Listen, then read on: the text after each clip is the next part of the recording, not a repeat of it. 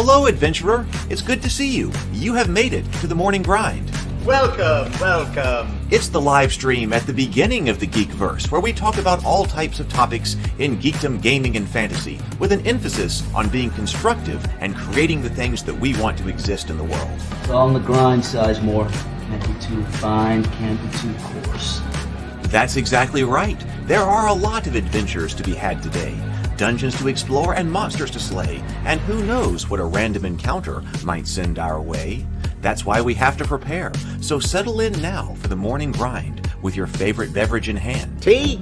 Or maybe something a little stronger. I've got a few bottles of the old Wynyard left. Whatever you want. Pull up a chair. Dude.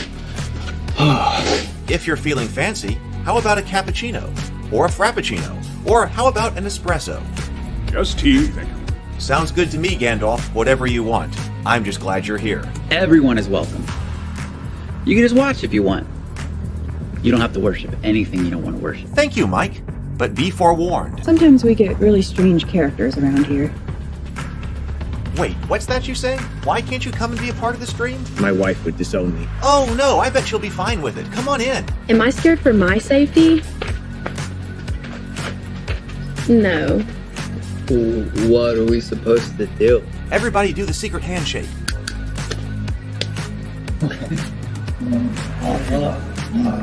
Secret cultist handshake. Oh, now do wizards who love each other. This, my friend, is a science. I still don't have gifts, but it's fine. It's all on the grind, son. Can't be too fine, can't be too coarse. Dude, this would be a sick place to bring the band. Indeed it would be, Dave. It really would. I'm seeing more people coming in. Welcome, glad to have you here. Oh, look, here's someone new. Is this the cultist meetup? Yes it is. Come to hang out? Please accept me. I have nothing else. Okay, we accept you. Everyone's welcome here. Brought some snacks. Well, that makes things even better. You want some coffee? I don't drink coffee. You sure? It's cultist coffee. What makes it cultist coffee? I'm a cultist and I'm drinking it. Oh. Then I'll have some. What exactly is going on here? I'm seeing more people coming in. Welcome, welcome. It's so great to have you. Oh, and look, here comes another stranger. Can we help you? Yes, fellow cultists. I could really use some food. Oh, yeah? Welcome. We have donuts. Oh, it's me. I'm glad I'm here. I'm sure you have a few questions for me, though. What's your name? Who do you work for? What god do you worship? Great questions, Rob. I'm Steve King, and I worship Nyarlathotep. No, not really. I'm just Heath, and I won't be worshiping anything this morning. But I will be your host. Welcome to the office. We're going to have a great time. I've got my coffee ready, because now it's time for the morning grind. If you could become a fish, that would be amazing. Then I could command you with my mental fish powers. Hey, good morning, everybody. It is so good to see you. Welcome, welcome, welcome. It feels like it's been a long time, and I have missed all of you. I have missed doing the show. I have missed being here in the mornings, but I've been out working at the vineyard, and something I've never done before. It's very interesting. So I've been enjoying it. We mentioned back in, I think it was December or something like that, that I had about 3 months. I was like, oh, we got to get something going here. Well, we didn't quite get things going. So that's why I was like, oh, well, people ask, well, what happens about 3 months or whatever back in December? I was like, well, we either have to have something going here or I'm going to have to make some changes. So it's been great. It's been great. And I'm looking to do more and things like that. So that's what's been going on. I've been kind of adjusting to a new schedule here, which means I wasn't nearly as efficient as I would have liked to have been over the past week or so. Past week about or whatever it was. But kind of getting into a new groove here as we go. So hope everybody is doing fantastic. Let's see who we got here. Hey, Mike. Good morning. Good morning. Charlie is here. Good morning. Got an energy drink. I've got coffee in one of my more classic mugs today. I was realizing that actually there was a lot to do this morning. I got a lot of things to do besides talking about some of the stuff for game design that I wanted to talk about. Because I was thinking, man, we need to start building out more stuff for RavenCon. Charlie and I were working on stuff yesterday. Actually, I'm going to show that off here in just a moment. Good morning, Tomocrat. Good morning. Good morning, Micah. I'm not really sure what all of that means. Oh, Charlie just joined as a member. Thank you very much. Thank you very much, Charlie. Thank you. PH is also here. Good morning. Good morning. Good to see you. Yes, please do like, subscribe. Oh, and PH also joined as a member. Thank you very much, PH. Thank you. Thank you. Oh, Nathaniel's here. Nathaniel says, good morning, everyone. Sorry it's been so long. Had someone out of the country get my bank info. Uh-oh. And somehow still dealing with the aftermath. Oh, my God. I am sure. Yikes. Good morning, James. All right. Lots of people here. Robert here. I did send in the Discord server link. Let's see. Michael's here. Michael J. Pastor. Man, what a group this morning. Well, what do I do it there at the vineyard? Well, right now, basically, I've been learning how to tend to grapevines. Of course, down here, it's largely muscadine. Now, there are other things too, but of course, there's a lot of muscadine around. So at the moment, I have been tending to muscadine muscadine vines and preparing them and pruning them for the winter. I did go in, I asked them exactly the same thing. Now, are we going to be stomping on grapes here when they grow? But they said no, that there are presses for that. But I did get to go in and learn about the in the place where actually, the wine making actually happens. They've got all of the equipment there and things like that. So I was learning about that too. But at the moment, there's a lot of prep that has to be done on the vines for during the winter. And then I think in 2 weeks, I think it's a Saturday or something, one of the first events, because the weather's kind of changing here. So they start doing events at the vineyard, and I guess they have like weddings there or other events. And they also bring in people. So they're hosting one of their own events on Saturday. So we'll have to see here. Let's see. Yeah, of course, I'm going to be looking for some other things. But the vineyard is also, and it's also something I can just walk to. So it's been fantastic. All right, let's see here. What is going on? Let's talk about the news here. I meant to for the Sunday shows. I was thinking I just didn't get a chance to yet, but remake up some graphics and have different video intros for different parts of the show. But I didn't quite get to that yet. Okay, but first of all, let me show this. Next week, we are getting together on Saturday for our first games. So if you have not signed up already on the interest list, this is the sign up list, and we're about to draw for a free ticket here today. So if you have not, I know I put this right before we start in here, but if you want to get together for it's rural Alabama. Rural Alabama. If you would like to know what's going on, this is the sign-up sheet for RavenCon. This is the online tabletop gaming convention that's going to be hosted in the virtual coffee shop.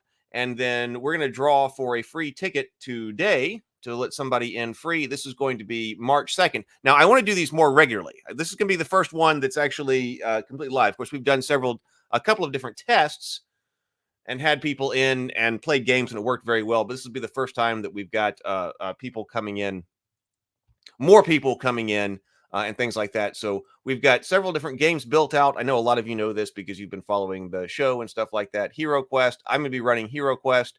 Charlie has agreed to run Shadow Dark. I'm going to show what we've got for Shadow Dark because we were working on that yesterday.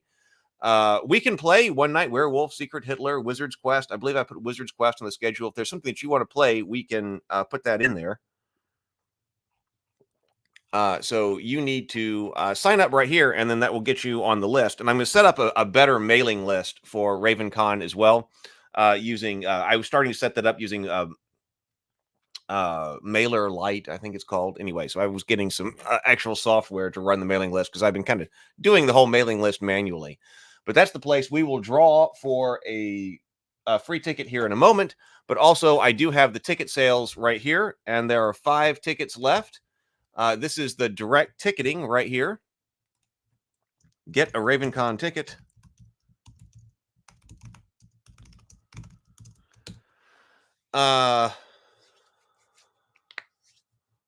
Okay, so yeah, the time. So we're going to be running from 3 p.m. Central to 10 p.m. Central.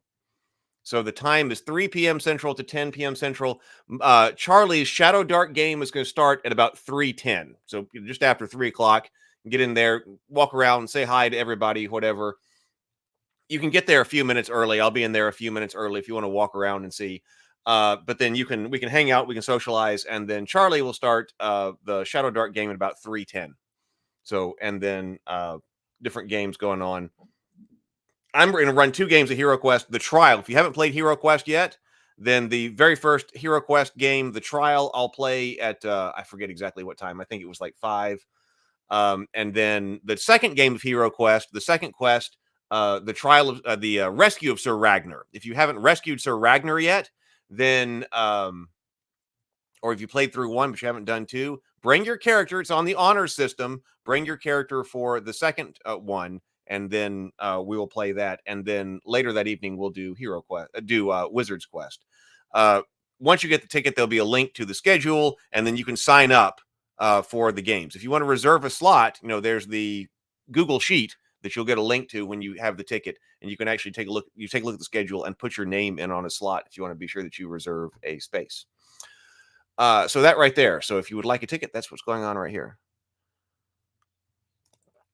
If you want to play Diplomacy, let me know, because I want to do it kind of both ways.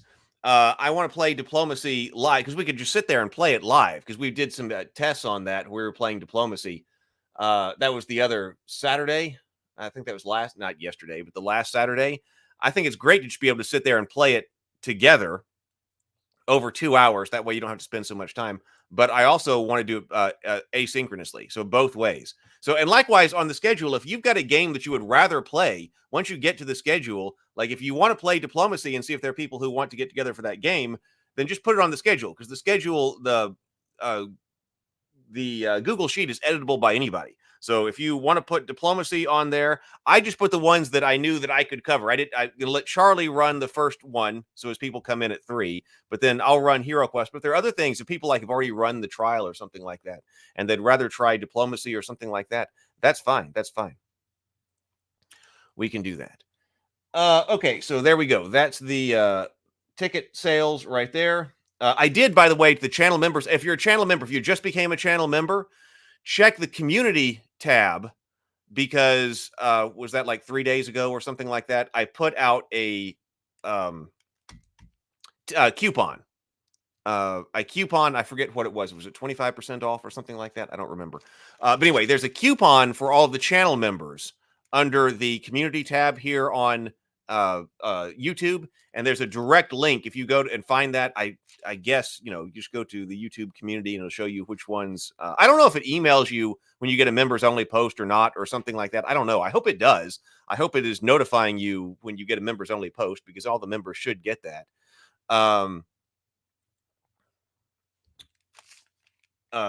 Should get that, but click that link, and there's also a coupon, phrase, the discount phrase. Either way, if you're a channel member and you want to come in, please check that out and use the discount code. All right. So speaking of,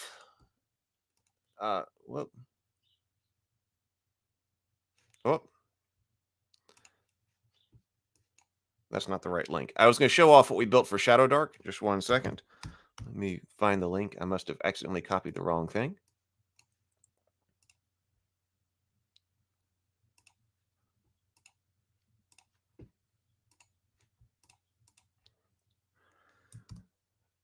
Charlie and I were working yesterday on getting one of the Shadow Dark games set up that was designed by Kelsey. That's right here. So instead of using the Dungeon Pizza for this game.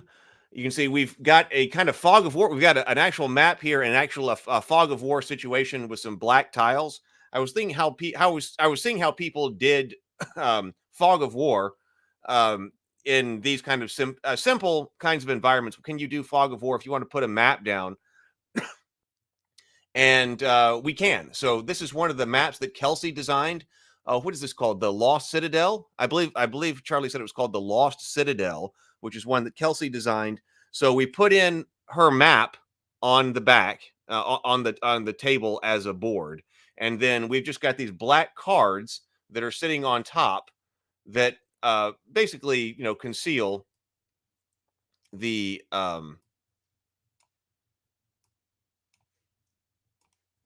map, and then the cards can just be removed or reshuffled to indicate what's dark, what's light, whatever that is, what you can see, what you've been into. That way you don't just see the entire map. It's kind of smaller, so we did kind of decrease the size of our tokens in order to fit on the map. I thought it was interesting, actually, that she did grid this map. You can see down here, this is where you're going to start in this hallway. So she did grid this map, but Shadow Dark doesn't actually use a grid. So I thought that was kind of interesting that she did that. So we don't actually have to worry about the actual grid. We can just take our characters, and of course, we made them smaller to fit on this map, but they still enlarge when you drop them or when you hover your mouse over them. So it doesn't matter what space you're on, because Shadow Dark doesn't use spaces, but it uses what room you're in and close, near, and far, and all of like that. So I think that'll work pretty well. So we've got the map loaded in. Charlie's going to be running that. And of course, all this other stuff is going to get off the table once you actually start playing. These are the character sheets that you'll be able to choose from, all of your equipment cards, and you can get out the weapons and the armor and stuff like that. And these are different basic monsters for the Game Master to use, although I think that this adventure's probably got all the information for that. Charlie said that he was going to go through and potentially make some more magic items, so we actually have the magic item cards. I just put potions of healings in here, healings in here. Potions of healing. Yeah, potions of healing in here. But I think I like handing out physical cards to players, which is why I was which is why I like using card-based games anyway. And so Charlie's going to go through, he said, and potentially take a look at the different magic items and specific items that are in this game, and then load them into this tabletop. So that's what we were doing yesterday. So we have the Citadel of the Lost Citadel, which I think is actually really fun because I think one of the advantages of playing through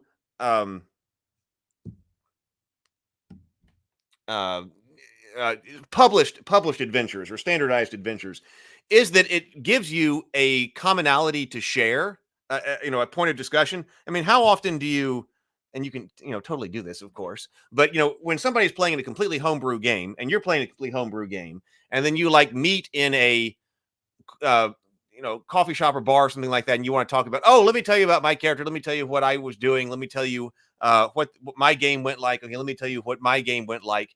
That's great. That's a lot of fun. But you don't have any kind of common reference for what somebody else's game was like, right? Whereas you do, if you've all played through, I played through the Lost Citadel, or I played through name any other published adventure. The AD&D box set, or the Lost Mines of Phandelver. Oh, here's how we handled this. Here's how we handled this. I like having that. So it's not just, so this is actually a published adventure. Can I find this? Shadow Dark Lost Citadel? In fact, I should probably put that on the Lost Citadel of the Scarlet Minotaur. Could this be it? Charlie might be able to. I see Lost Citadel of the Scarlet Minotaur. Oh, and look, it's been played online. Oh, well, that's actually extra fun. Maybe Charlie can verify that that's the right one. But that's extra fun because that gives us something, to talk about with other people. And I was hoping that I would see that on the adventure lookup. What's just like the Arcane Library? by giving us something that everybody can play through. Shadow Dark RPG. And everybody can talk about. Oh, yeah, I did that one. And then you can see whether or not you need it or not. Adventures. Let's see.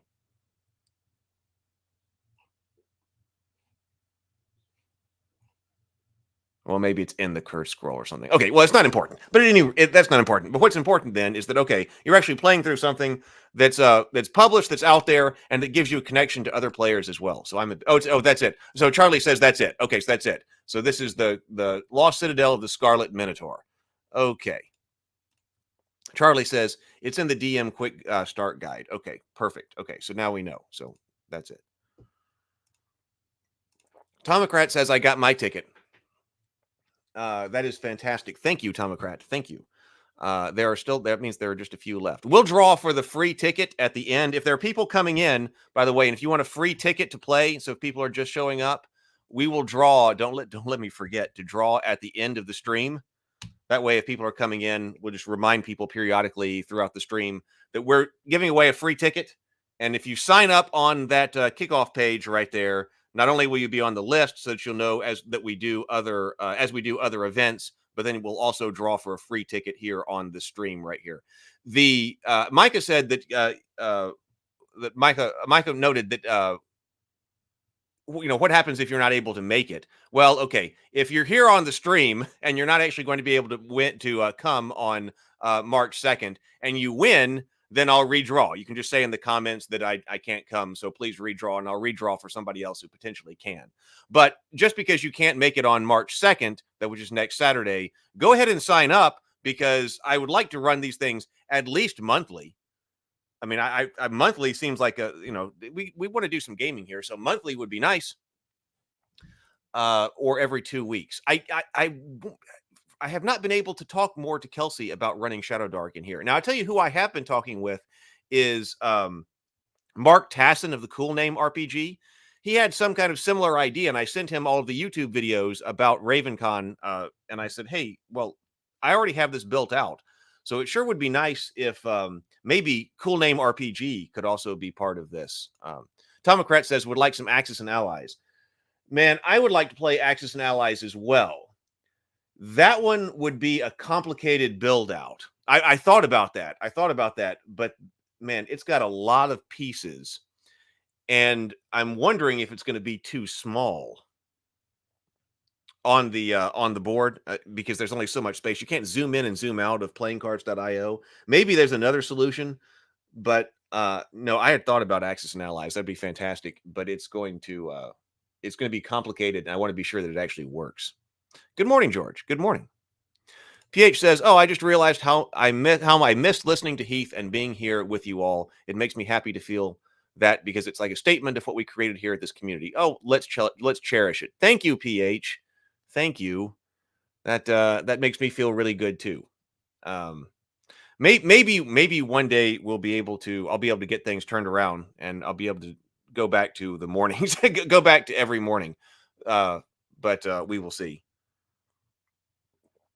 At the moment, I need my mornings because I got to go to work. Good morning, Jason. Good morning. Okay. What else was I going to say? Man, lots of announcements. Like I said, there was a lot going on. So we are still doing the table talk. So this afternoon, my discussion with Brianna on the Children of Huron is going to air on the Table Talk channel. Children of Huron. That's another one of the. There's still a few. There's probably about I don't know, half a dozen more table talks that were originally done over here on this channel that are now moving over. That are still left to move over to the dedicated Table Talk channel. So the Children of Huron on Table Talk. That's this afternoon. In about 3 hours. 2 p.m. Central. Should be 2 p.m. Central. Hey, good morning, Wild Barley. Good morning. So Brianna and I will be talking about that. But then on Tuesday, get ready for Dune. So Tuesday, 7 o'clock p.m. Dune, Part 1 on Table Talk. So we have been going, lots of people have been reading Dune. This is Tuesday. at 7 o'clock p.m.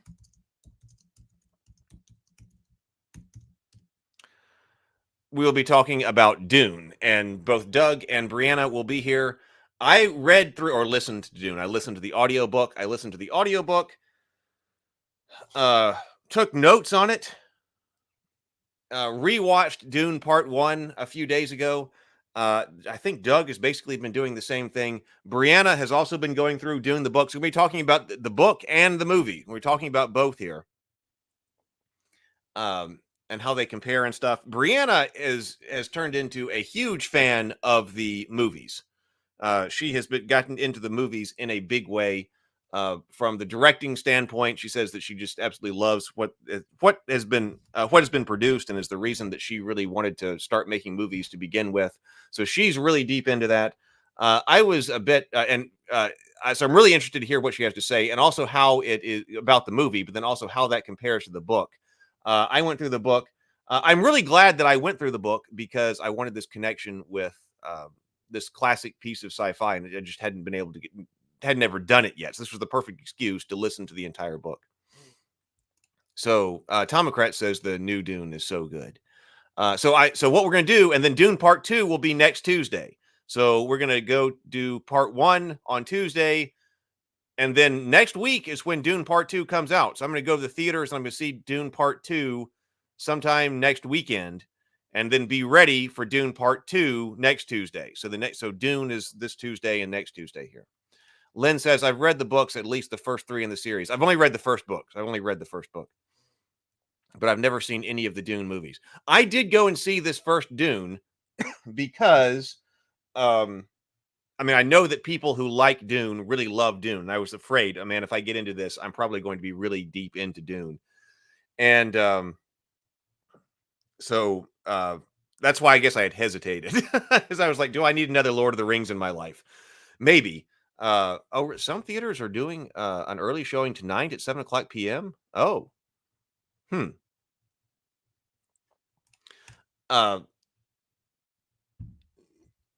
So I read the first book, and I was really into it for about the first half.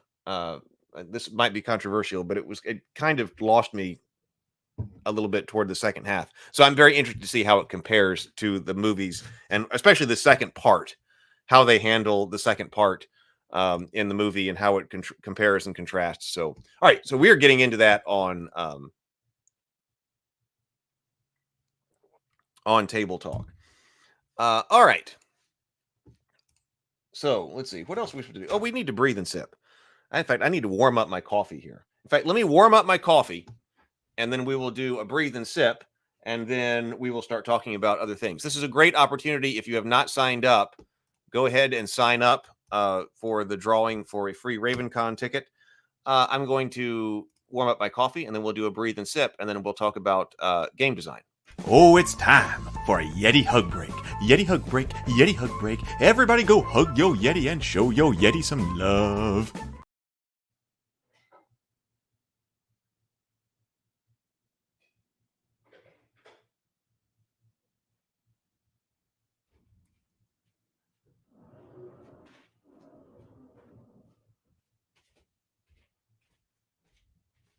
All right. Here we go. Let's see. You guys give me energy in the mornings. You guys give me a lot of energy, which is why I started doing the morning grind to begin with when it was the Daily Show, because I needed motivation to get up, doing something in the morning, and hang out with people, and really had a great time getting energy. So here I am. I'm feeling energized again this morning. Let's see. All right. Let's breathe and sip. Everybody got your favorite drink this morning? I've got coffee. Let's take 2 deep inhales. Inhale through the nose, exhale through the mouth. I believe that's how this is done for optimal morning energy. Deep inhales, complete exhales, and then take a sip of your favorite beverage all together now. It'll improve your morning. Here we go.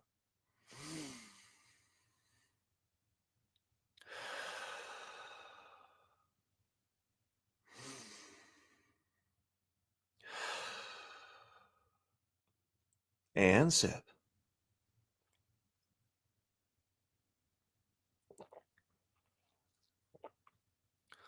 In fact, that was so good. Let's do a double sip. Let's do a double sip because it's been so long. Let's do double sip.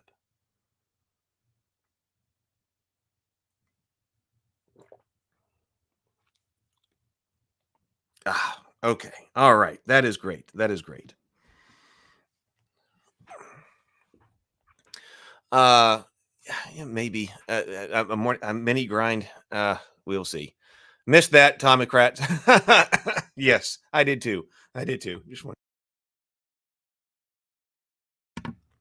All right. Uh, we got it. We'll be back. We'll be back. I haven't really gone anywhere.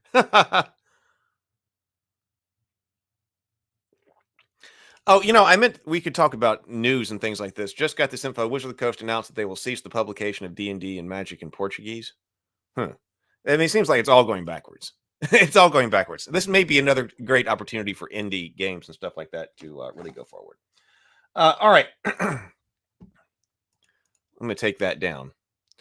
And, I got to stop screen sharing this. This is some, terrible looking notes. So I'm going to come through here. I got some notes on dice.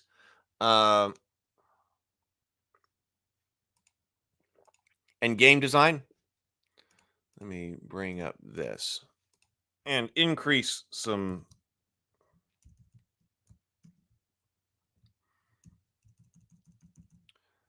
font size so everybody can see it here. Let's see. All right. What was I doing here? This was supposed to be okay. What I actually wanted to talk about mainly was kind of dice design here. It has been a long time since we have talked about game design here. And I had a breakthrough on my thoughts about dice, which actually, there's a lot of videos here on the channel about dice. And what I'm going to do is I'll probably make another dedicated video on this, but I'm going to try to talk through this. And I'm going to see what you guys think. Because we had talked about this Faded Edge as a system with an RPG, but also something like a Hero Quest game.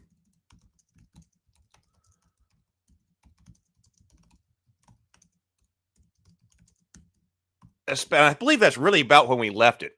We did we were trying to decide. I think the last major Faded Edge stream was about, okay, what would a new kind of Hero Quest like system look like? And we did that. We were talking about that because Hero Quest worked so well, and everybody was having so much fun playing in the virtual coffee shop. It remains a great game to play inside this kind of virtual environment for a lot of reasons. And we talked about a lot of those reasons on the last time we talked about this. And it was things like all of the information is present on the board. Now, there were things we were going to change too, but some of the big ones were things like things are present on the board so that the players don't have to ask a bunch of questions in order to be able to execute their turn. When they come up, you look at the board and then you're able to use that information to immediately take your turn. And I thought that was a good thing. We talked about, should players have to, be asking questions? And some people said, well, if you're in an RPG, asking questions is a good way, to show engagement in the game. And yeah, so I mean, I would say, yeah, but I would say like an 80% to 20% kind of thing. When it's time for a player to make their turn, do you want the player to be asking a bunch of questions, or do you want them to have all the information they need in order to make some kind of decision? And I would say most of the time, you really want them to be able to make a decision in order to push the game forward. And that's what we were talking about. And that was a big advantage of something like Hero Quest and other board games, that you look at the board state and you're able to make a decision. I think we had things like one of the problems with Hero Quest was things that like rounds should matter. There's no time limit in Hero Quest. We've talked about that quite a bit. How many resources do you need to manage throughout the game? A lot of people are into cooperative style games like that. And I am too. Actually, Zombicide is one that I've thought about building out for the coffee shop. I need more time. But I do love Zombicide, particularly Zombicide Black Plague. Zombicide Black Plague is one of my favorite games. I don't know if you've ever played Zombicide, but that one would be great. And one of the reasons that I like that is because it doesn't require a Zargon. It can be played GM-less. One of the things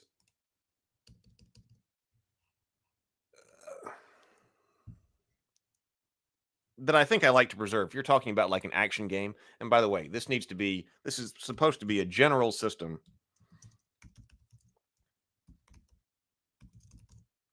for several different genres. We did a comparison, by the way.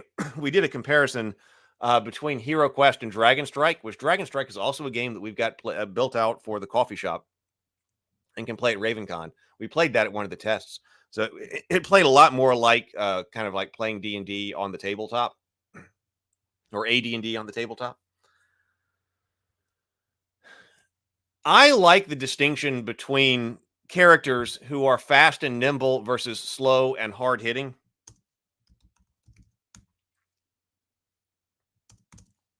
Which is not something that the AC, not something that D&D style AC is very good at modeling, because it all boils down to AC.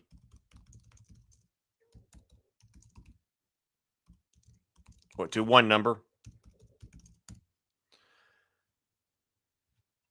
We've talked a lot about active defense and active Zombicide is good, but we can get crazy. But it certainly does. You feel like you're running from zombies. If you haven't ever played this, you feel like you're running from zombies. PH says, I have Zombicide and Dark Plague. We love it here. Okay, great. I played the original Zombicide, and I had fun with friends with it. But it's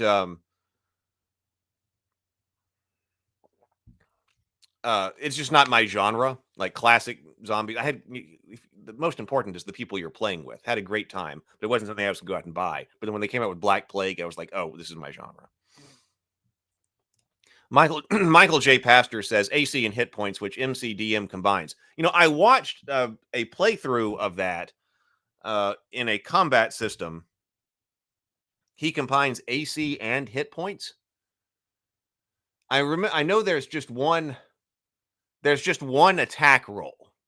There's not to hit and damage. There's just a to hit roll.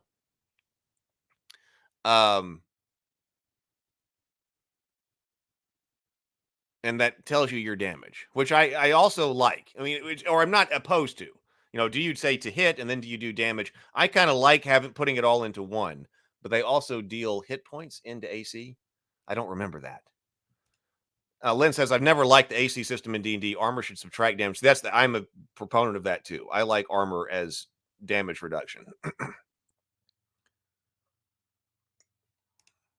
Oh, MCDM says armor just adds to your HPs, which is essentially the same thing, Lynn. Oh, okay. So that's what goes on. Armor adds to your HPs. Tomocrat says, I'm not liking MCDM. It's MCDM. It's feeling too much like 4th edition D&D. And I don't know anything about 4th edition because I skipped it.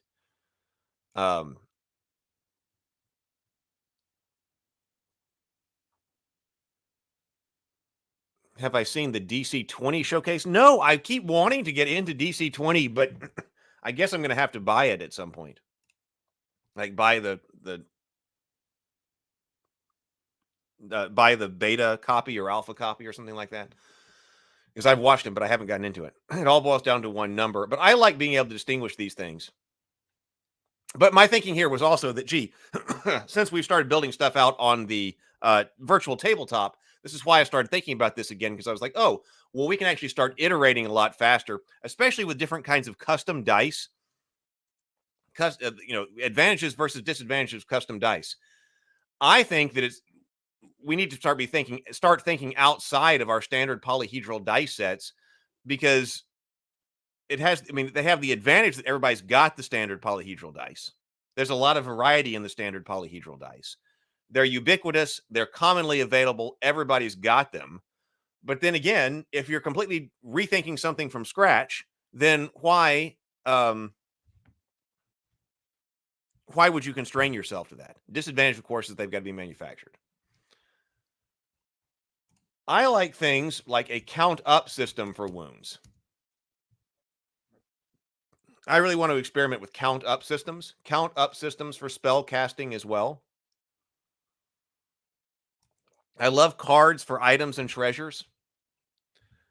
How do we initiative? I think about I'm a big fan of simultaneous play, which, by the way, come to think of it, another thing that needs to be built out for the coffee shop is Hackmaster, because I want to play some Hackmaster because I love that initiative system. Even if we're just doing fights and things like this and running into a dungeon, if you haven't played the Hackmaster initiative system, that's got to happen. I just need more time. I need a lot more time to build these things out. But also, something like some games like Diplomacy, have the, okay, let's everybody decide what your action is, and then let's resolve all of them simultaneously. I've wondered if something like that would work for an RPG. That way you've got people simultaneously playing and then everybody resolving their actions together. Because I don't like just sit there while somebody else takes their long turn, which can be rather long in something like 5th edition. I'm not all that big a fan of that. But also, if turns are short, I like short turns. Look down the table, execute something, and then perhaps some kind of you need to be paying attention because your initiative could come up at any time.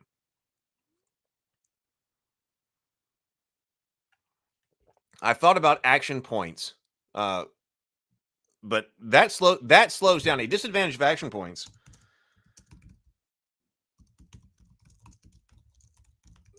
is that it slows down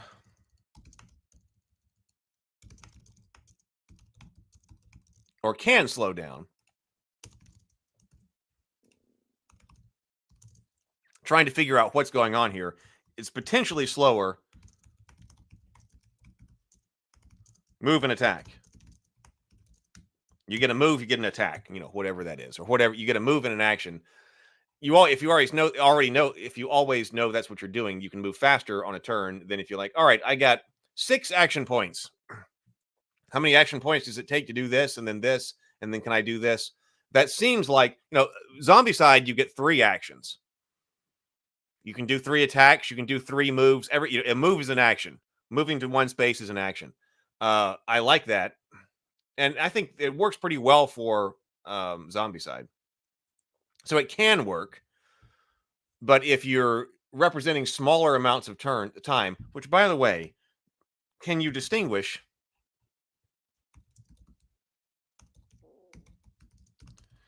And this is something that Advanced Hero Quest does. Have we actually looked at Advanced Hero Quest in detail? Advanced Hero Quest is another one that I would love to play. I've never had anyone play it with me. Like twice it's gotten to the table. I'm like, all right, let's try Advanced Hero Quest. And then we get into it, and then everybody else at the table was like, no, let's not do this one. So maybe that would be a good one for the coffee shop as well. But it does distinguish between exploration turns and I don't know exactly what it calls it, but something like fight turns.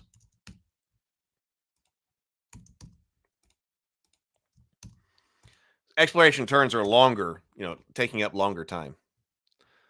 Let's see. Let me see what's going on in the comment section. Oh, lots of stuff going on in the comment section. Sorry. Let's see. But anyway, I'll finish this. So do we need to distinguish between exploration turns and fight turns? Like when you're in initiative. Fight turns, this is like when you are in initiative. When you are in initiative and seconds matter versus doing something else. It's possible. It's possible. Let's see what's going on over here.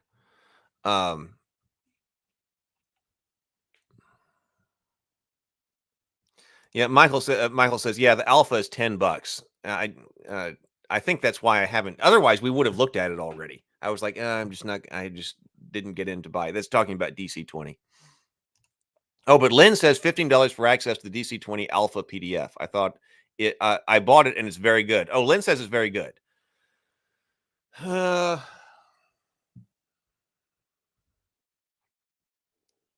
I'm curious about it. I'm curious about it. So, um, George says abstracts aren't accurate models. There's been plenty of games trying to model combat, and they're unwieldy slogs to play. And that's important. And of course, thinking about your target audience is really important too, because there's a lot of things. I think I write down here an idea, and I'm like, does this go too far here? Is this too much to play? And who I would want to test that with is my nephews. Is this too much to play? Because if its purpose is to be a game, if its purpose is to be a combat simulation, that's one thing. But if its purpose is to be a game, that's quite another. And especially if it's supposed to be a game that you'll be able to play online. Oh, DCC uses adds on all odd dice. Yeah.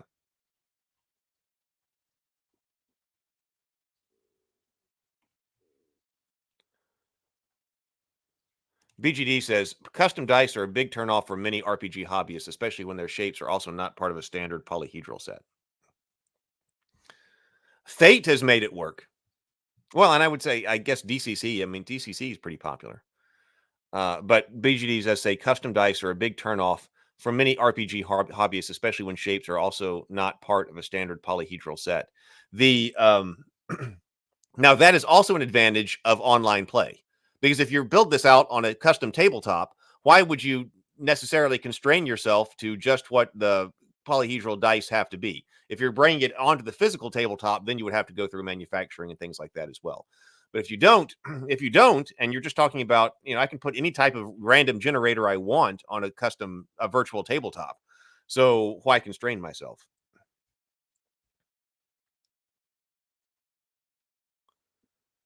PH says, at my system, all players roll the same time. They allocate the dice on a combat chart and also make combos. Some actions have links to others. Okay, so Mike says, like a declaration phase and then a resolution phase where initiative determines resolution order. Yes. Yeah, it could be that way. Now, one of the issues that I have or one of the issues that I can see potentially coming up is, how do you do your declaration phase and how do you give orders? In diplomacy, it's very straightforward. You can do that because in order to do that, it seems like your options need to be rather simple. Because in diplomacy, you can do that. You give your orders. This army moves to, the army in this territory moves to this territory. Fleet in this territory moves to this territory. This fleet backs up this, supports the army in this territory in its attack on this territory. And it's got a very formulaic way of writing everything down, and then you resolve everything together. The more complicated your orders, or the more complicated, the more options that there are at the tabletop. Excuse me. The more sophisticated the game starts to get, and the more potential choices there are, the more difficult it gets in specifying that during a declaration phase. I love the declaration phase, but if you've got 8 goblins out there, you've got several different combat options, especially if you're moving square by square. Like, I was like, how do you specify what square you're moving to in anything that's or you're trying to move through in anything that seems like a reasonable way? Now, if you had a grid, you could specify Cartesian coordinates, but I feel like that's getting to a lot. I'm going to move from here to this place specified by Cartesian coordinates to attack the goblin that's here. Is the goblin going to be there, using this particular sword or something like that? Now that was the part that I did like about the Game of Thrones game, that had the initiative, that had the order tokens. So you got the tokens and then you just turn them over. So everybody's got hidden tokens. And I like that. Everybody here is going to be turned, is using this particular order. I think that was ordering whole territories, whereas in that game, everything in the territory. But I love secret orders like that, but the problem with that was that there was a whole lot of stuff that you started to make decisions about after the secret orders were revealed, and so they kind of began to get pointless to me. So I don't know. Michael says everyone writes on a whiteboard card what they're going to do, or pre-printed move cards, and places it face down, and then reveals simultaneously like war. Better would be, or to me, rather than having to write it down, you write it down in diplomacy. Like in Gloomhaven, you've got cards. Like it seems to me like you just have action cards. What am I doing? I'm going to, here are all the different actions that I can take. Here's what I'm doing on my turn, action card. And then you could resolve them in random initiative order or something like that. Micah says, best way to deal with it, in my opinion, is short phases, able to pass if needed, more action points for a bigger action. Building to a full round, each phase lets you 2 AP max. That's true. You could say, yeah, you get an action point, but you could save them up. I hadn't actually thought about that. Because it seems like a lot of games, action points, if you don't use them, they're gone, in that particular round. But if you were trying to move faster and you're like, okay, you get 1 action point, you can use your action point, or you can save it, and then you get a 4 action. Skipping your turn, you got to think about that from a game design perspective as well.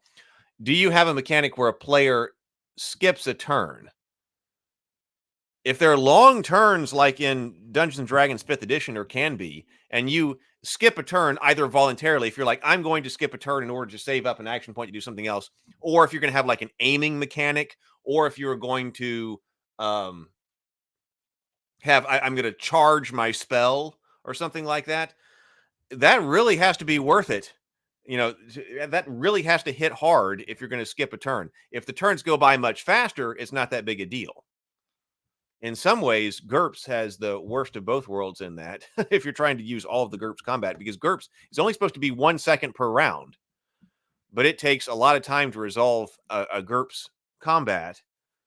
And, you can spend more time charging a spell or aiming your crossbow or whatever it is. So when it comes to you, I aim. Does that get you the right bonus? Right. Turn-based resolution was more or less achieved in the SSI AD&D games. The problem with simultaneous resolution might be if a PC or NPC is killed before resolving their action. Yeah, or moves out of your range or something like that.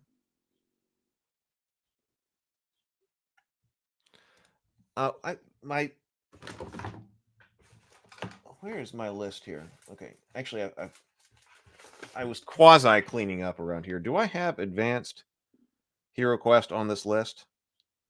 If we're only doing morning grinds on Sundays, we're going to need... so DC 20 was already on this list. But, Advanced Hero Quest was never on this list.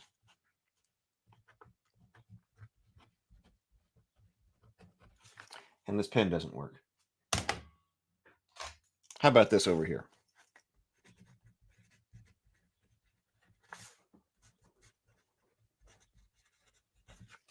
There we go. Hackmaster is crazy to read. I'm going to have to skip through some of these comments right here.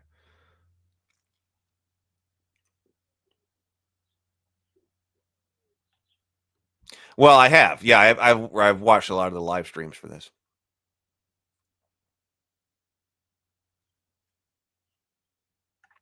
Pressure DM's Deathbringer is a good clean system, and I reached out to him as well about potentially putting Deathbringer in the the coffee shop for RavenCon, but I only was able to get in touch with him through Twitter, and I asked him if there were people like in his community who might be interested in running Deathbringer, because we could build that out, but he didn't write back. So if you know him or a part of his community, I would be interested in finding out how to play Deathbringer. We covered that on the morning grind. Prototyping a game that uses 14-sided dice is such a pain. None of the companies have templates for it. Yeah.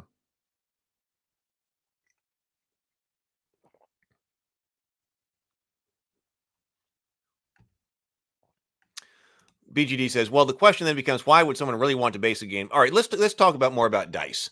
because we could talk about this. These are the kinds of things that I was thinking about. But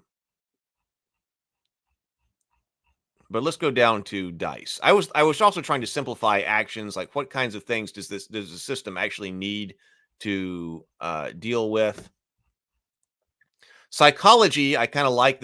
I made notes here from like Warhammer style psychology right here.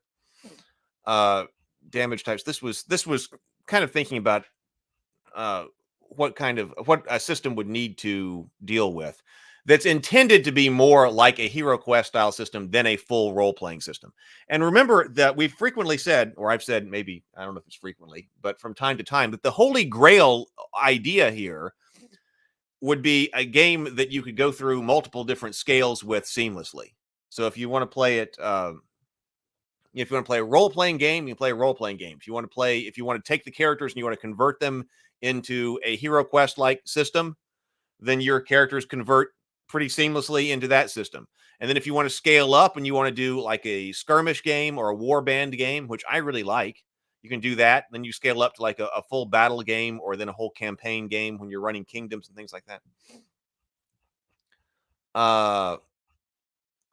Okay. Let's talk about dice then, because people like to talk. Let's get into the dice idea.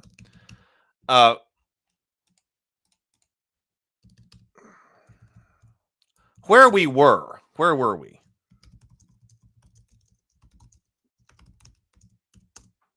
Where we were on dice theory. Because I had come up with a system that I was working pretty well from a theoretical standpoint, but I didn't think was operating very well on a practical standpoint. We determined, I'm about to have to warm up my coffee again. We determined, in fact, I'll do that right before I get into this. Let me see what's going on over here.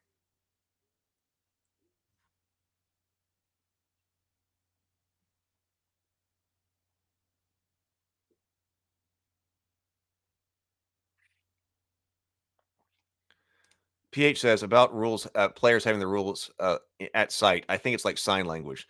The sign means concepts, but the grammar is on the body line. Well, I'm not exactly sure what we're talking about. Give players simple concepts and let them play with them. You're talking about in order to specify turns?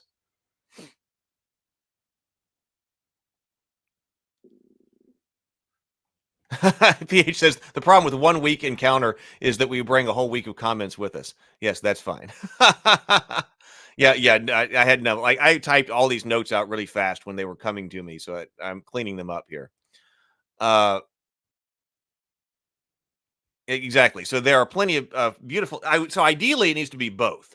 There are plenty of beautiful theoretical die mechanics that are not practical to implement in the real world, although virtual dice rollers make that easy. Yes. Okay. So let's. Wait, man, we're gonna get 2 Yeti hug breaks. Let me go get more coffee here, and then we'll talk about the dice. Oh, it's time for a Yeti hug break. Yeti hug break. Yeti hug break. Everybody go hug yo Yeti and show yo Yeti some love.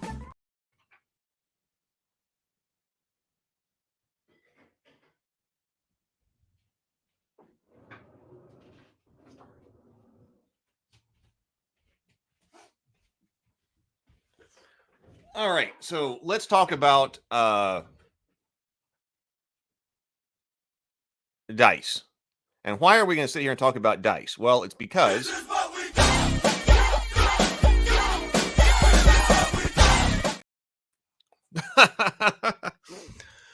all right.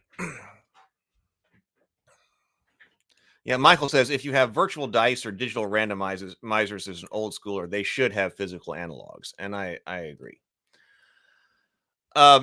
So we had long since determined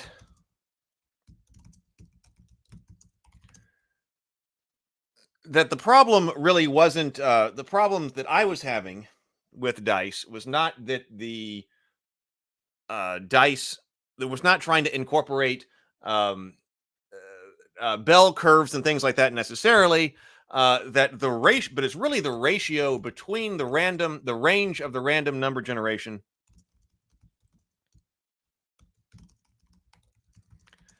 and the range of the bonus or modifier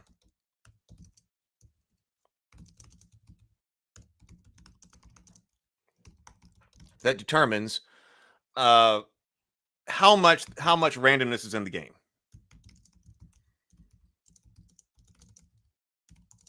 We found out through a bunch of different videos on this channel that even if you move to a bell curve system, like using 2d10 or 3d6, if you're still using modifiers that a lot of the like 5e games and generally use, 2s, 3s, 4s, 5s, 6s, up to 7s and 8s even, especially, but at low levels, you're often just dealing with 1s and 2s and things like that. You're dealing with a very random game. And it doesn't really help whether you're talking about a D20 plus those modifiers or 2d10, 3d6. It doesn't actually make the game as less random. It doesn't reduce the randomness of the game nearly as much as you would like, or at least or would be anticipating. And so I had and so the game is going to be based around largely modifiers. Base game resolution around modifiers. More than the big dice rolls. Or big dice dice spreads. Because you want to know how good you are at things. That's what we were trying to do. Because you want other people. Now there's another style of play on those videos. There are always people who are like, no, the randomness is what I love. Randomness is what I love. So am I going to be able to jump over this pit, or am I going to be able to hit this goblin, or am I going to be able to do whatever? I want that to be the D20 roll. Like, just let that be something random, and that they embrace that, and that's fine. That's absolutely fine. Oh no, I have not. Oh, I have not. Oh, this is the kind of stuff that we need to get into here. Lynn, I didn't think about that. Maybe that we need to go into that next week. Because Lynn has done a lot of was doing a bunch of dice analysis too. So this is actually the perfect time to get back to that. I just didn't think about it this week. So that needs to happen. Maybe we end up getting into a lot more just game design here on Sundays. Well,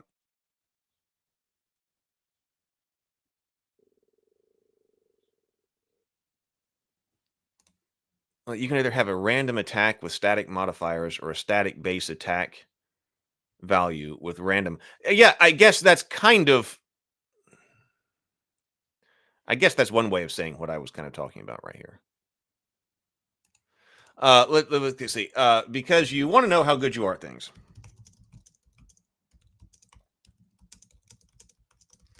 We had talked about other things like, okay, subtraction is generally bad, and I know people can subtract numbers, but generally adding numbers are better than trying to subtract numbers and so forth. So I had high static modifiers, or high static skills.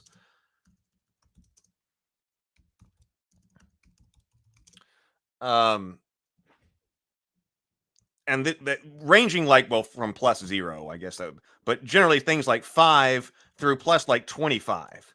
So your skill would be something like +5 to +25, and then your attribute might be something like that as well. So you're getting some kind of large base, but then you're going to roll random numbers. A random number. The idea was outside of any type of stressful situation.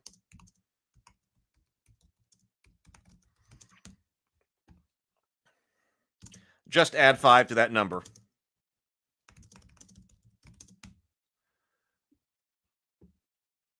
Just add 5 to that number. If you are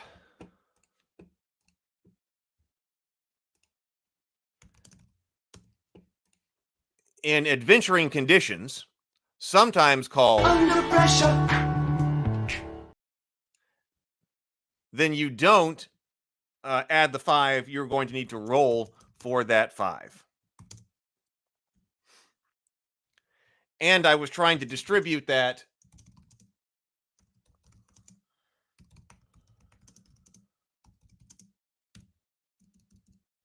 those 5 numbers in a very specific way. Not equally likely.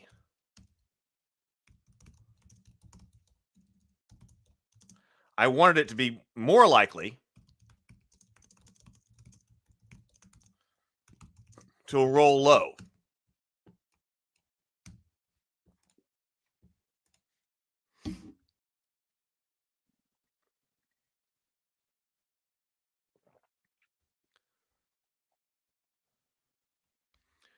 Michael J. Pastor says, roll under is easier to mathematically adjudicate, but the paradigm shift in trying to roll low instead of high gets me every time. Yeah. How do we feel about that?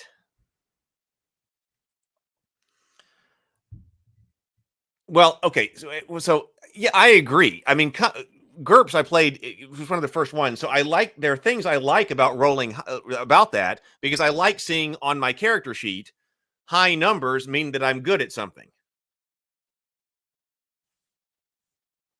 So, I got an 18, or and then I try to roll equal to or under that. Rolling over, that's like saving throws in classic Dungeons and Dragons. You want a low saving throw because you're trying to roll over that. So do you want to roll over or do you want to roll under? Well, if you're rolling over, then low numbers on your character sheet mean that you're better, but you get to try, okay, roll high, roll high, roll high. On the other hand, if you're looking at numbers on the character sheet, remember that high numbers are things that you're good at because you're trying to roll under that. I suppose the bonuses, the idea of the bonus is what I guess one of the reasons that's taken over is because that does both. Look at your character sheet. High numbers on your character sheet mean that you are good at something, and you need to roll high on your dice. So I think that's both of them, right? Roll high and high numbers on your character sheet. That may be one reason why psychologically the roll plus modifier tends to work, although it means that you need an additional piece of information from the game master, and that is what your target number is. Right.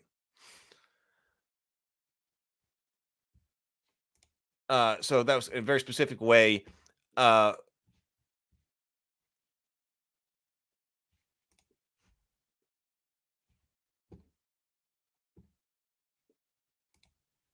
And the method for generating this was these numbers. Actually, let me see if I can bring up any dice.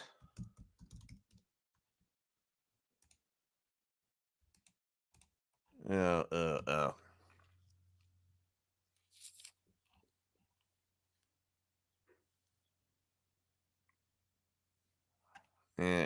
I don't remember how to do this. I think I saved my links. Hold on. I'll bring up any dice, because the way that we did this.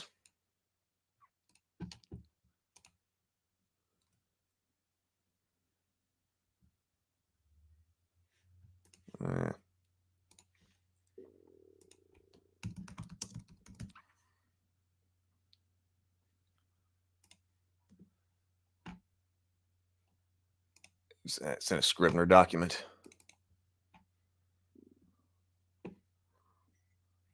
Right here. Okay. So it should be this right here. You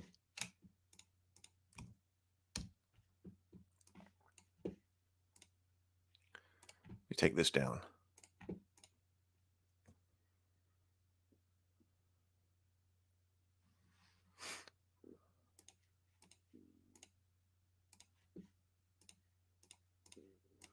So this right here is a way to generate. If you want to make it more likely that you're generating something low, let me take this off right here. If you want to make something more likely that you're rolling something low and making it more likely that you're rolling something high, then what you need to do is you need to take 2 of the same dice, and then you roll them, and then you take the lowest. It actually was really easy to do physically. Generally speaking, I was like, okay, so this works. So if you want to come up with this particular distribution, see how, now I'll talk about the numbers here in a moment, but if you want the lowest value to be highest, most likely, and then step this down in a predictable way, that's actually a really easy distribution to get, which is not one that I see used in tabletop games all that often, which is roll 2 dice, take the lowest. 2 dice, take the lowest. If you want to reverse that, then you would take 2 dice, roll 2 dice and take the highest. So this is an output. Now, in this case, like I said, I want to be generating a number between 0 and 5. And so I am taking the lowest one of 2 dice that are numbered 0 to 5. So they're 6-sided dice. So they are the standard look of the polyhedrals. They're 6-sided dice. I guess you could also make them 12-sided, but they could be 6-sided dice here. But the disadvantage is they need to be custom dice because they need a 0 on them. So this would be a custom die thing, but it would be a D6, numbers 0 to 5. Now, fortunately, on the whole, for prototyping purposes, getting custom-made D6s is probably the easiest one that you can get. Like, you can even get those engraved places if you want them engraved for not all that much. So that's a bonus. But why does it have to have the 0? Well, let's say your skill is 15. So your skill is 15. That means that you could roll anywhere between 15 and 20. So if you're trying to jump a pit or something like that, as long as the pit has a difficulty of 15 or less, no need to roll. But if it's got a difficulty of someplace between 16, 17, 18, 19, or 20, then you're going to need to roll because it's going to become unlikely that you're going to be able to do that. I didn't want there to be a minimum roll of 1 because if your skill is 15 and then you're in a situation where you're going to have to roll, then you would know that if the roll is always at least a 1, then that would put your effective minimum skill at 16. And it seems cleaner to know that my floor is 15. If my skill is 15, I want that floor to be there. So it's most likely in this case that you'd roll a 0, so you would stay at your particular at your base skill. But it's possible that you could roll as high as 20, but unlikely. So my idea here is generally you've got a large modifier, 5, 10, 15, 20, 25, and so forth, that's probably generated based on a skill and an attribute. And we had looked at that in previous videos. But a skill and an attribute is going to give you some type of your large modifier for this task. And then the random number that's going to be added to that when you are under pressure is that you could potentially get another 5 more. You could potentially get another 5 more. According to this distribution right here, you're most likely to roll close to your skill. You're least likely to roll really high from your skill. This isn't something that is completely random. So what do we think about this? Let's see.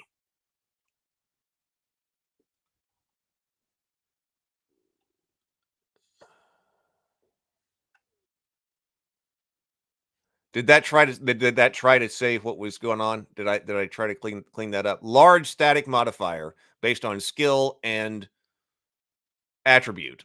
5, 10, 15, 20, 25, 30, 35, 40.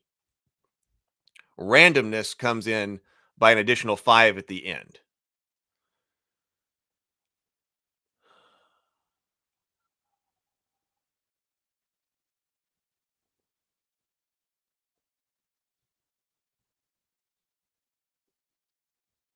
Yeah, you could, for prototyping, you could say subtract 1, but and of course, and from if you're prototyping in the digital environment, it's no problem at all.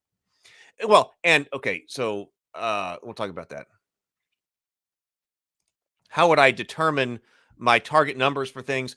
We had that. Now I had worked that out in a previous stream, so I did have because what I did was I put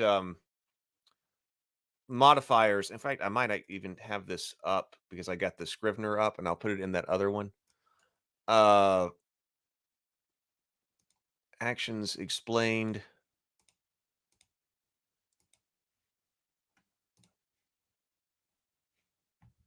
Oh, okay. So here, I'll copy this over. So the first thing I did was try to come up with a number. Let me remove any dice now.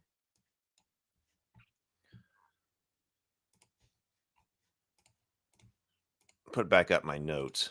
So just for your reference, for everyone's reference, I had started with just some numbers, and I had said, okay, this is like your ability scores. So abilities, an ability score of 1 or 2 might be you were impaired in a particular ability score. 3 to 4, you're deficient. Average level would be 5. Gifted would be someplace between 6 and 9. Extraordinary would be 10. Truly exceptional, 11 to 14. Incredible, 15. Godlike, 20. And then God would be 25. So that was your attribute score. So I want to be able to have a large range of ability to have different kinds of characters too. So like here would be your ability scores, and then we talked about skills as well, and we had something like this. Proficiency level, do something like, okay, are you familiar with a skill? You get +2. Are you trained in a skill? You get +5. Are you expert in a skill? It's +10. Mastery in a skill would be 15. Grand mastery would be +20. And then that started to give us all of our target numbers, because like I was thinking, if you are a god, like we talked about, like forging weapons, if you are a god, if you are Hephaestus, then your weapon forging skill, your attribute for whatever it is that you're using, probably 25. You've got godlike attributes, and Hephaestus is a grand master in weaponsmithing. So that's what allows him to make the Zeus's weapons and things like that. So that means that he could reach a target number of 50. Because if he's just in his workshop and he's not under pressure, he would get an additional 5 to that. So he would get grand mastery, his godlike ability score, +5 for not being under pressure because he's just working in his workshop, no problem. So he can make, perhaps making Zeus's thunderbolts requires a skill level of 50. So that's not something that somebody who is proficient in weapon or trained in weaponsmithing with average abilities is ever going to be able to do. They're not going to be able to forge Zeus's lightning bolts. So in order to come up with my target numbers, we came up with abilities and proficiency levels.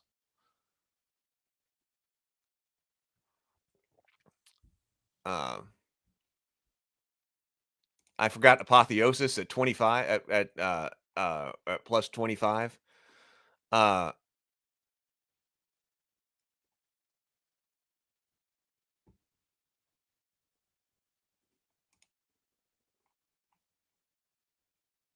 Yeah, so get to 50. Well, because you always add 5. If you're not under pressure, you would add 5. So that's how you would get to 50. So where was I going with that?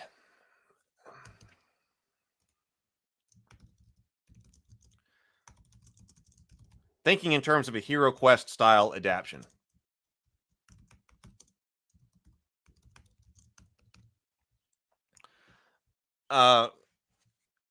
One thing I didn't like about it. Okay, so this is entirely gamist and psychological. So let me know what you think about this. It does require you to roll 2 dice and pick the lowest. The way that I was running. Not a problem for a computer if you were running this system in the background behind a computer. So that my question is, are people okay with that?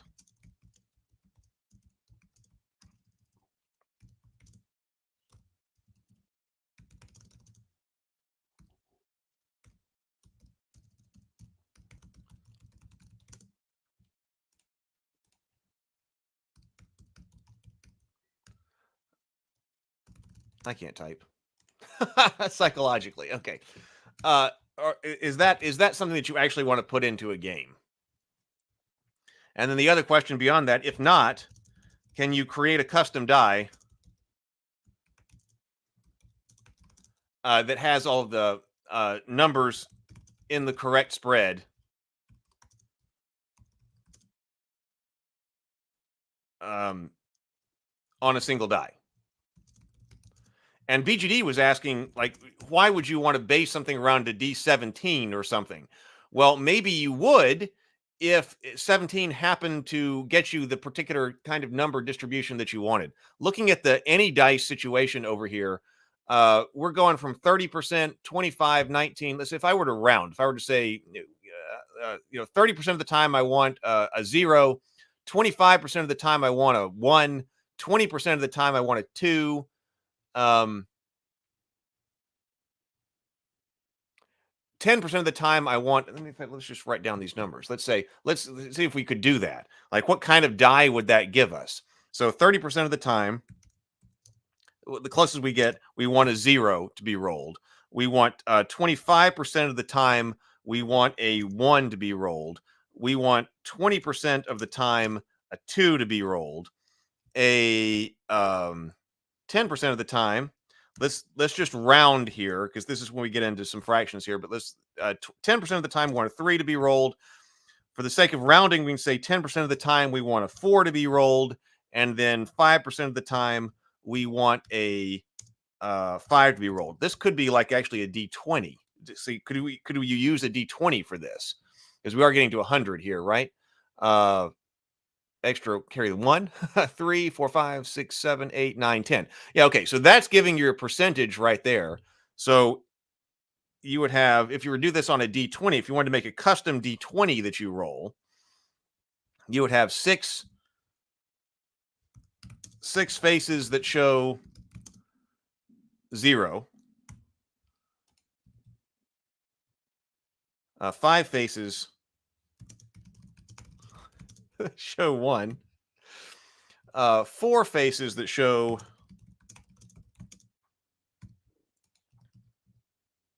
2, 2 faces that show 3,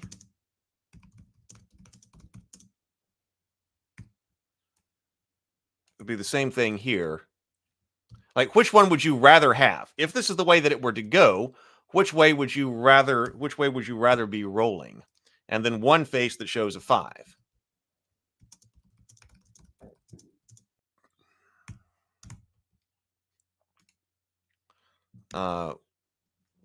Using a custom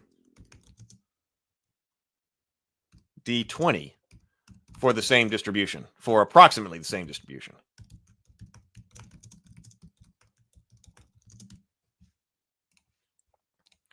Hey, Roy, good to see you.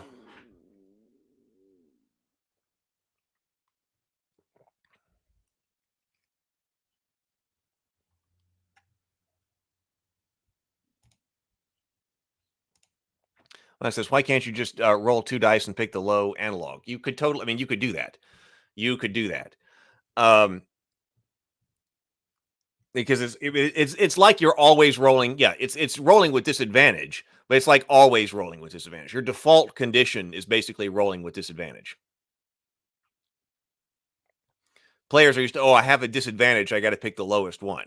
This would mean the default condition would be like rolling with disadvantage.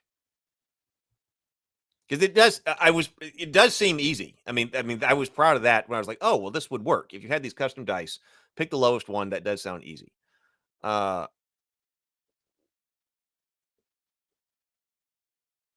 think if playing at a virtual tabletop, then computer resolution appears necessary. Yeah. So, if you're playing in the virtual tabletop, why not just don't have the people roll 2 dice, just have one single die that's there, that you could even have the exact distribution there, and you just click it and then it generates that number for you. Oh, Roy says, I'm glad you're circling back to Faded Edge, as your game design videos is how I discovered the channel a couple months back. Oh, well, yeah, excellent. Me too. I've been away from it from too long. I feel like I have not gotten nearly as, I have not gotten nearly as much created as I needed to. So yeah, personally, Lynn says, I'm a fan of direct read, so either 2d6 or custom 1d20 satisfy that. And then there was bonus dice as well. If you had a situation that, so you could end up rolling several dice. These 2 dice, the lowest one of those, plus some type of advantage or disadvantage, plus other dice that could give you bonuses or penalties. Uh,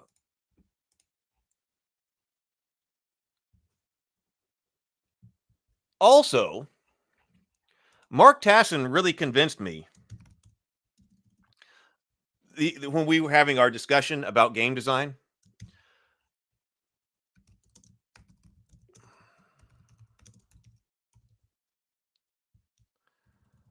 Put forward a convincing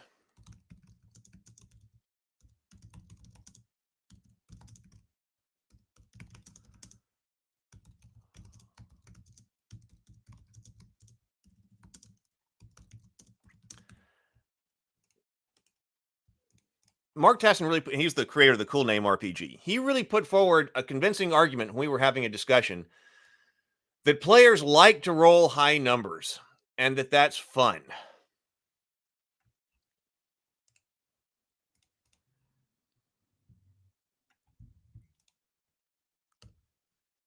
Players like to do things because they rolled well.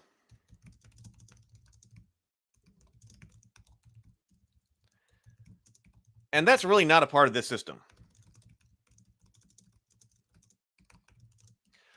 By design. That was supposed to be by design. And I always gave the example of if you're going to shoot a arrow at a dragon, can you kill the dragon? If you're the lonely first level hobbit and you're like, okay, the dragon's over there. Can I shoot my short bow at it? Maybe the arrow will fly through its eye into its brain and kill the dragon. And my answer was going to be no. So in this type of system, the answer would be no, because you're never going to be able to just roll high enough that way. But he was saying that, yeah, but in a system like Rollmaster, where you have open-ended rolls and exploding rolls, wouldn't that could be, yeah, people, the answer to there is like, yeah, go ahead and roll. Maybe you might roll a 100 and then a 100 and then a 100 and happen to roll so well that you take out the dragon. So some people were saying that's a fun part of being a game. That can sometimes something happen that something highly unusual can happen. Is that possible? In this system as it stands, the answer was no. But he did make a very compelling argument for that. And so I'm wondering what people think about that here. Do people like that? Now, that's different. I think this is a different argument from just randomness. Because I would say that people tend to not like just randomness in the game. that understanding what your character can do, what the capabilities of your characters are, how to employ them, how to actually make good decisions is arguably more fun. But that occasionally the dice should tell you that something amazing happens. Basically, this is that the dice sometimes the dice really shake things up. But still, arguably, players don't like it when the dice say really bad things happen. Oh, I rolled the dice and now something really terrible happened. And it seems like those things often occur in the same kinds of game systems. If you've got something like Rollmaster, where yes, you can roll really high and crit the dragon and kill the dragon in one hit, you can also accidentally, as you're getting your short bow out, fumble it and shoot yourself through the heart. And then that's just it. And we've talked about, like, how often should King Arthur kill himself when he's drawing Excalibur? Some people will be like, yes, that's randomness. Those things tend to go together. So the question was, is there a way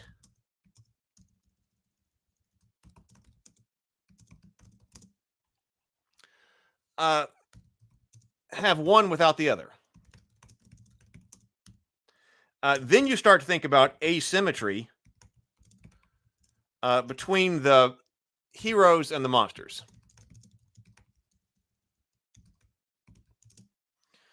Can the dice can the dice never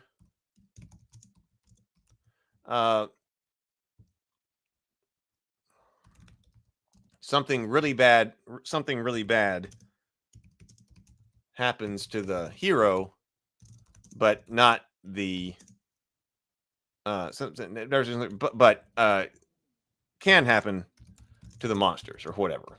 Probably didn't type that the most efficient way, but which way you're going to do that. So then you start to think about, well, now do you need different dice designs? That could potentially get more complicated, because then you need different dice designs potentially for heroes and monsters.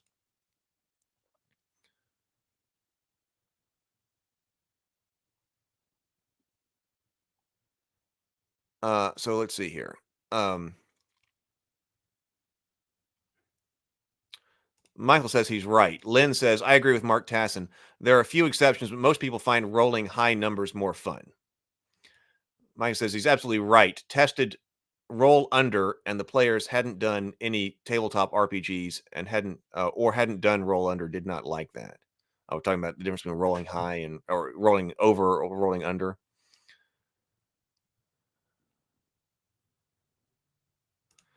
However, in your system, if I rolled a 5, that would be pretty exciting. There'd be some added advantage for every X amount of points you beat the TN by.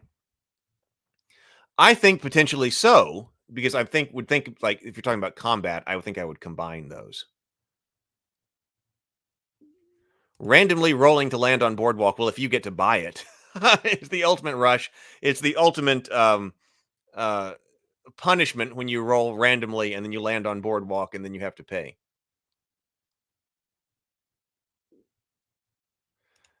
PH says, I never forgot my Rollmaster experience when my human monk exploded the war troll internal organs. It happened once. I died sometime because of bad rolls, but I don't remember them as well. It was worth it.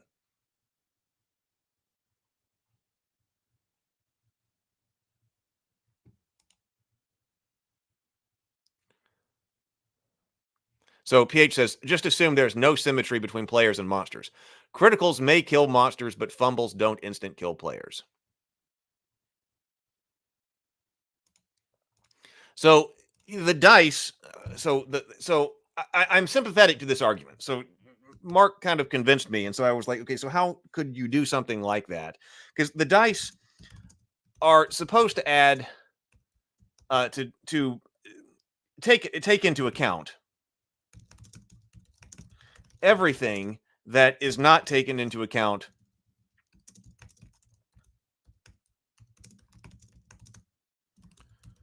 by the system. And we've talked about that before. So sometimes, in order to keep the game, see, the game's not perfectly mathematical or deterministic because there is dice rolls involved going over that number, but it's limited, but it's not completely deterministic because the element's there. So that's what people are like, oh, if you don't like random, let's just play a game that's completely not random, which is not what I was going for and not what I was trying to do and not what I was trying to say. So the game, if a game like diplomacy is completely deterministic, chess is completely deterministic. So we don't want a completely deterministic game. We want to be able to shake things up, but there's only so much that die roll is going to shake things up, which I think overall is good. I think overall that's good. But sometimes, in order to shake things up, maybe there is a outlier result, a major outlier result. Sometimes we keep things. You can't completely predict what's going to happen on the board. Sometimes to keep things, to shake things up, you get a completely different result. Completely outlier result.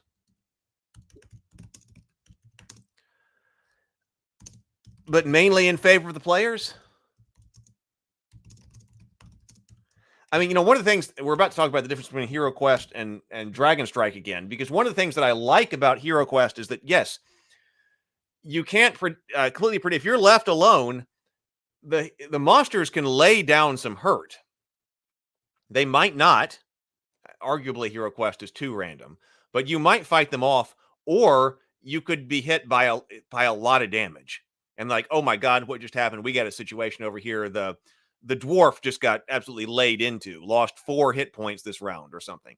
Whereas in Dragon Strike, it's much more deterministic because even though you're rolling for attacks, you can only ever lose 1 hit point in a single attack. So if there are only 2 monsters in the room with you, you only know that you know that you're not going to lose more than 2 points of damage.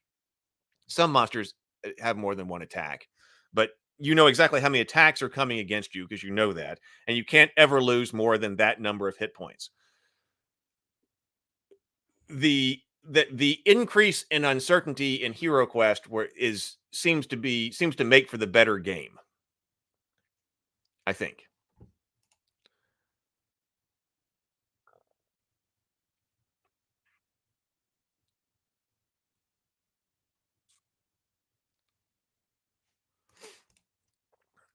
Okay, so then but then I got to thinking, Dragon Strike uses colored dice. Now they're polyhedral dice, but it uses different dice indicate how good someone is at something.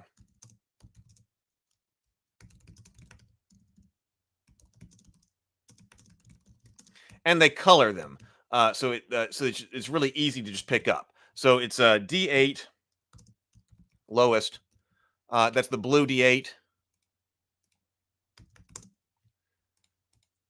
This is the white D10, and then the black D12. So this is worst,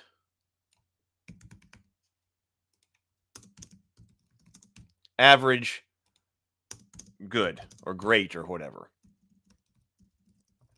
Whatever you could say, poor, average, good, poor, average, great, whatever. And then your target number is most of the time 6.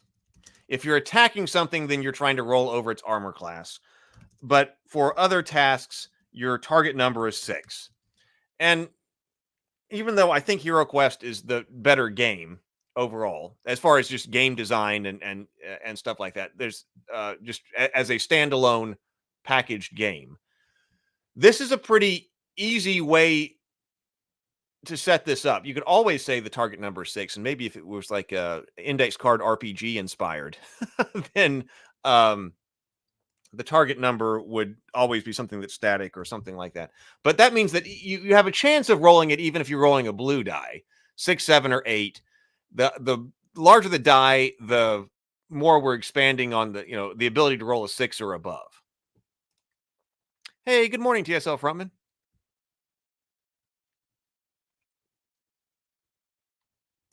Michael says, color-coded dice render my dice collection useless.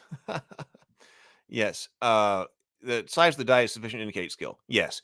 And, of course, as a packaged game, Dragon Strike just comes with those particular dice. It's not assuming that you have a dice collection. Because otherwise, what it would do is just say D8, D10, or D12. But it happens to color-code them. But functionally, it's just D8, D10, or D12.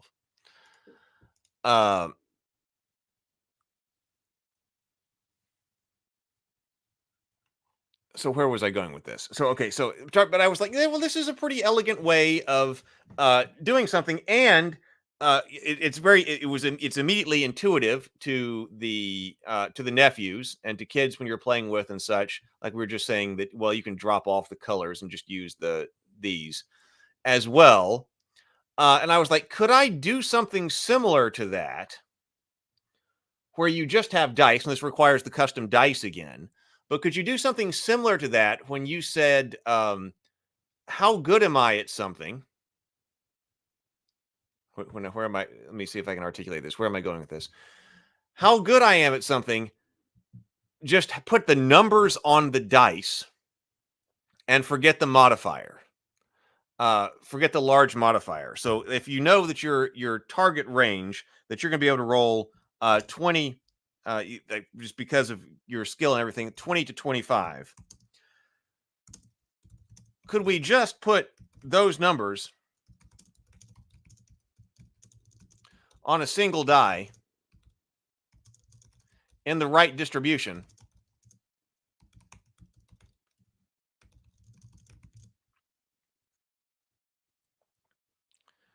A single die in the right distribution. And then roll that. I'm not sure how that you could have a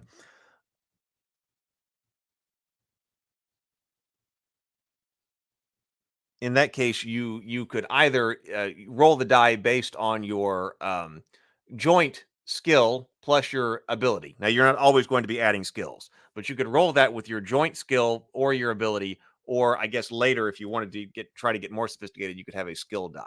But I think that you look at this, that you come up with your range, and that's what your die is.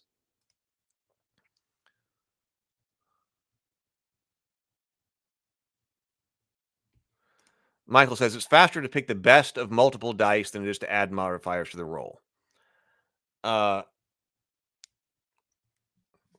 Yes, it would be nice to be able to just look at stuff as much as possible to speed things up.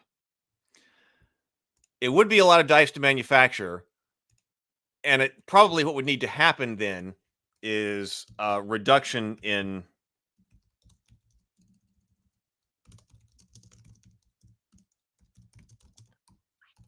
of skill tiers. Probably. But that's potentially okay.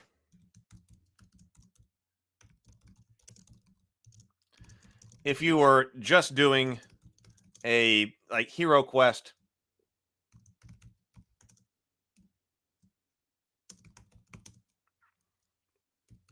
style box, because you wouldn't necessarily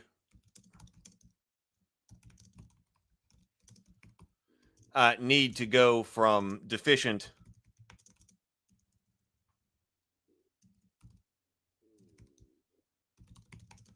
to godlike. That particular box or that particular game is probably more constrained to something that is, hero like, rather than trying to go for the entire range. So that would be a difference between a an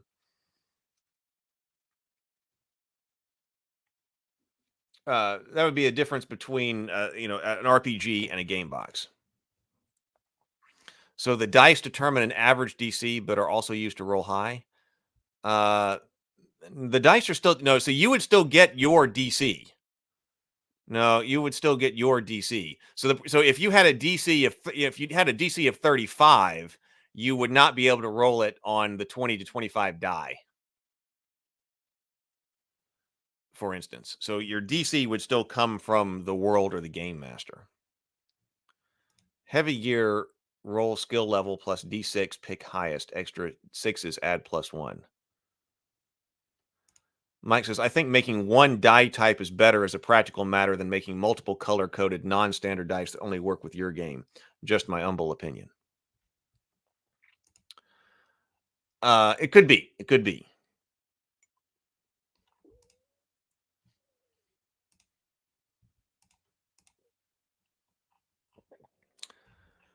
Let's see. Let's skip the attack. See, I was wondering if this is too much right here. I was writing this out because I was trying to think about my nephews. I came down here. Let's skip down here. We can talk more about combat later. But then I was trying to look at different dice.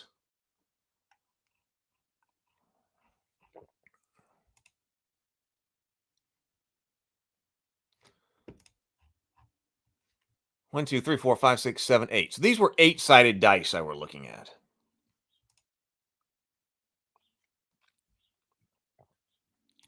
Why not divide your possible results as 25%? 25%. Divide your possible results as 25%, 50%, 75%. And too complex.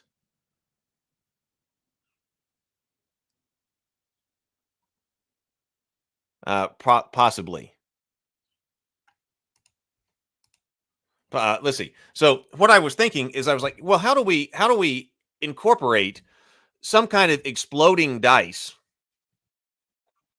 Because so the problem is, like, how did you incorporate a smaller range on dice while still incorporating some type of potential dice explosion? So like here we've got, see, this would be a 1, 2, 3, 4, 5. So this would be a 6-sided die. So I was like looking at different distributions. And I was like, okay, so what if you were using some dice here? And here's a 6-sided die. or this was an 8-sided die, and we put 2 zeros on it, 2 1s on it, 2 2s on it, and 2 3s on it.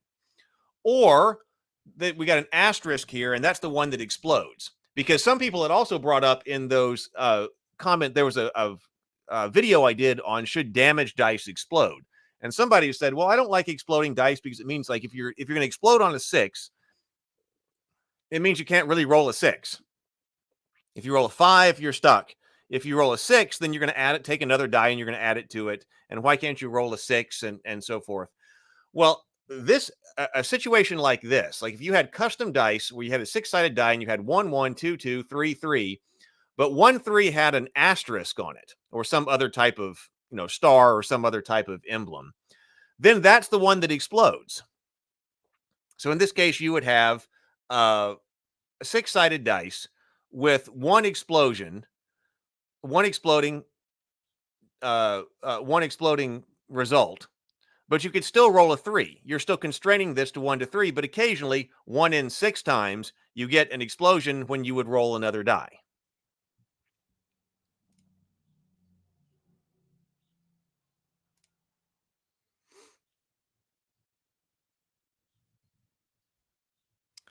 So if your max result is 20, you roll a die, which may result in 5, 10, 15, or 20.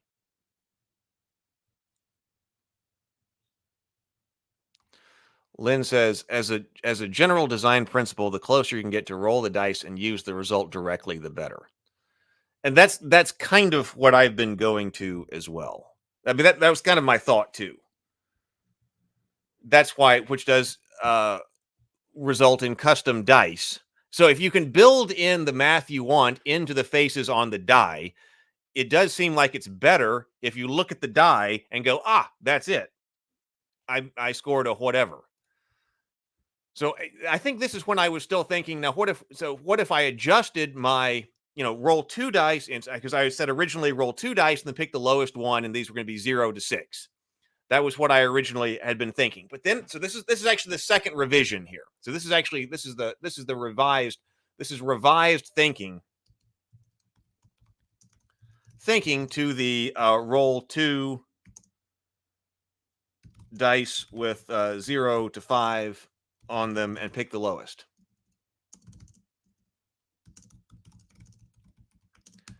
Because I was thinking about what Mark was talking about with the exploding dice and so forth.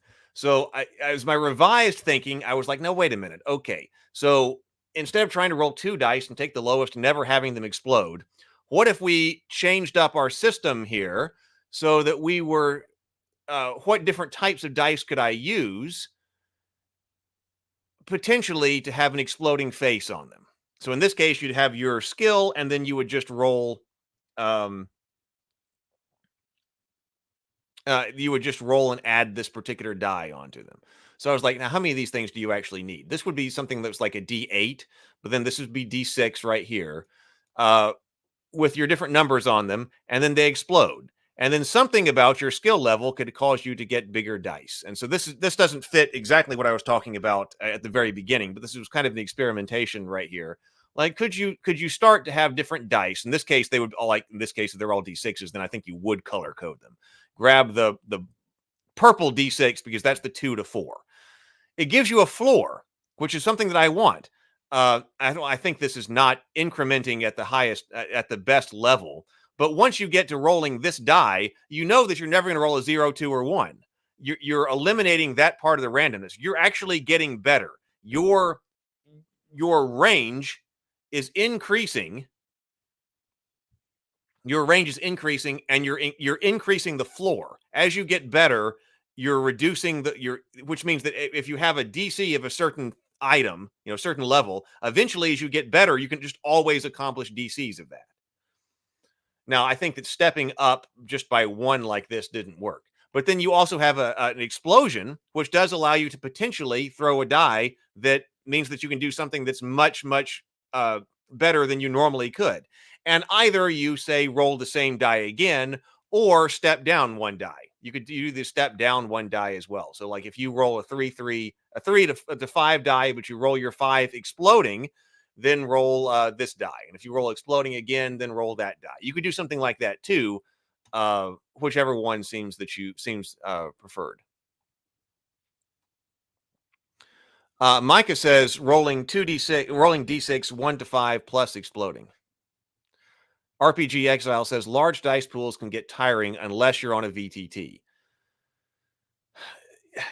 How many dice you want to roll? Because I had originally so every roll would require 2 dice because you got to pick the lowest, and then there were also bonus dice.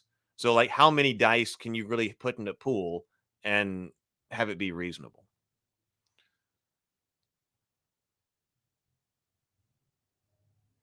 Sable says it almost looks like you're getting into Genesis dice. Did we look at that system? I think we did. Or a Warhammer Fantasy role-playing? Could you make the system where a 6 is always either good or bad, possibly both? Some effects might add luck or unlucky to that roll. I'm not sure.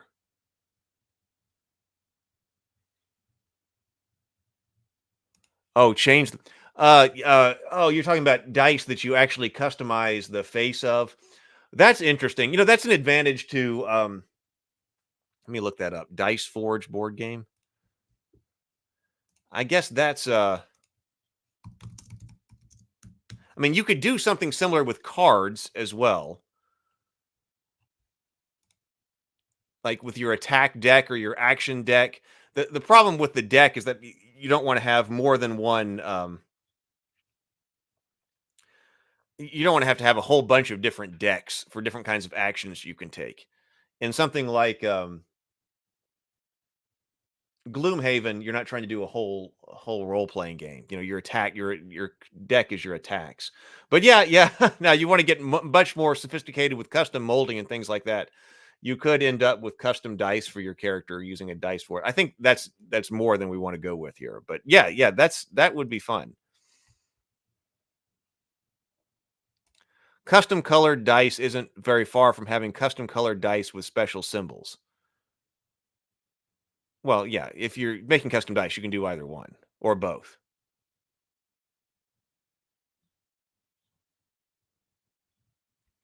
Mike says, this would be easier to execute using some table that indexes skill and dice results, but that moves away from using direct result on die operation.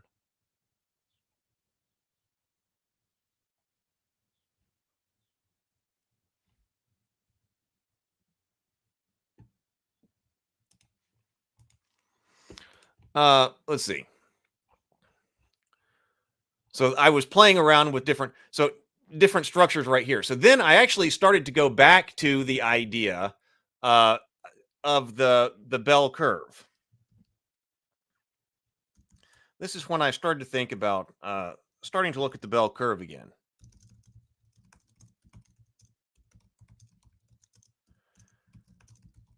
What do players find most fun?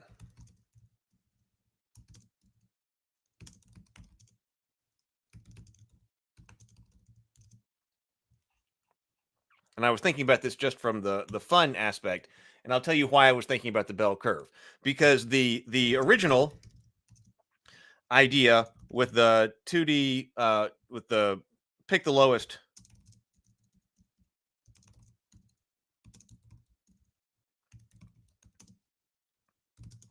of 2 dice was that it is basically only the top half of the bell curve. Now, maybe it's a step distribution or whatever, but it's basically the top half of the bell curve. You never roll low. When I showed you that distribution, that stepped distribution from 0 to 5, you never roll low. If you were doing a full bell curve and you wanted to center that on 0, you could go all the way from -5 to +5.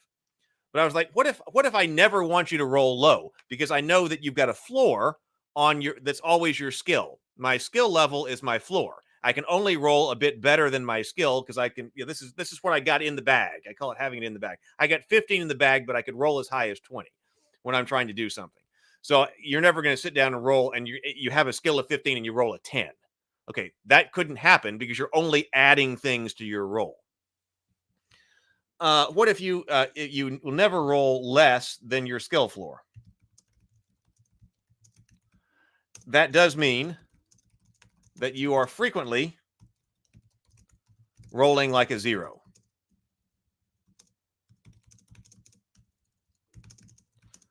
But that's by design because it's forcing you to really think about your player skill. You want to do better, you want to do more incredible things, get better, increase your player skill. So this would be like, what kind of die would this be? So I was like, okay, how would you actually want this to be distributed? This is 1, 2, 3, 4, 5, 6, 7, 8, 9, 10. So this would be a 10-sided die. So I said, okay, what if I did a 10-sided die, for instance, and you had 0, 0, 0, 0, 1, 1, 1, 2, 2, and 3. That happens to be a mean of 1. Michael says in the bag is base plus random modifiers is the formula, but only positive modifiers, only positive. You couldn't go negative. Michael says no tables ever. Yeah, look, if you're especially for 6-sided dice, you can laser etch 6-sided dice. Of course, you can also do 3D print dice now too.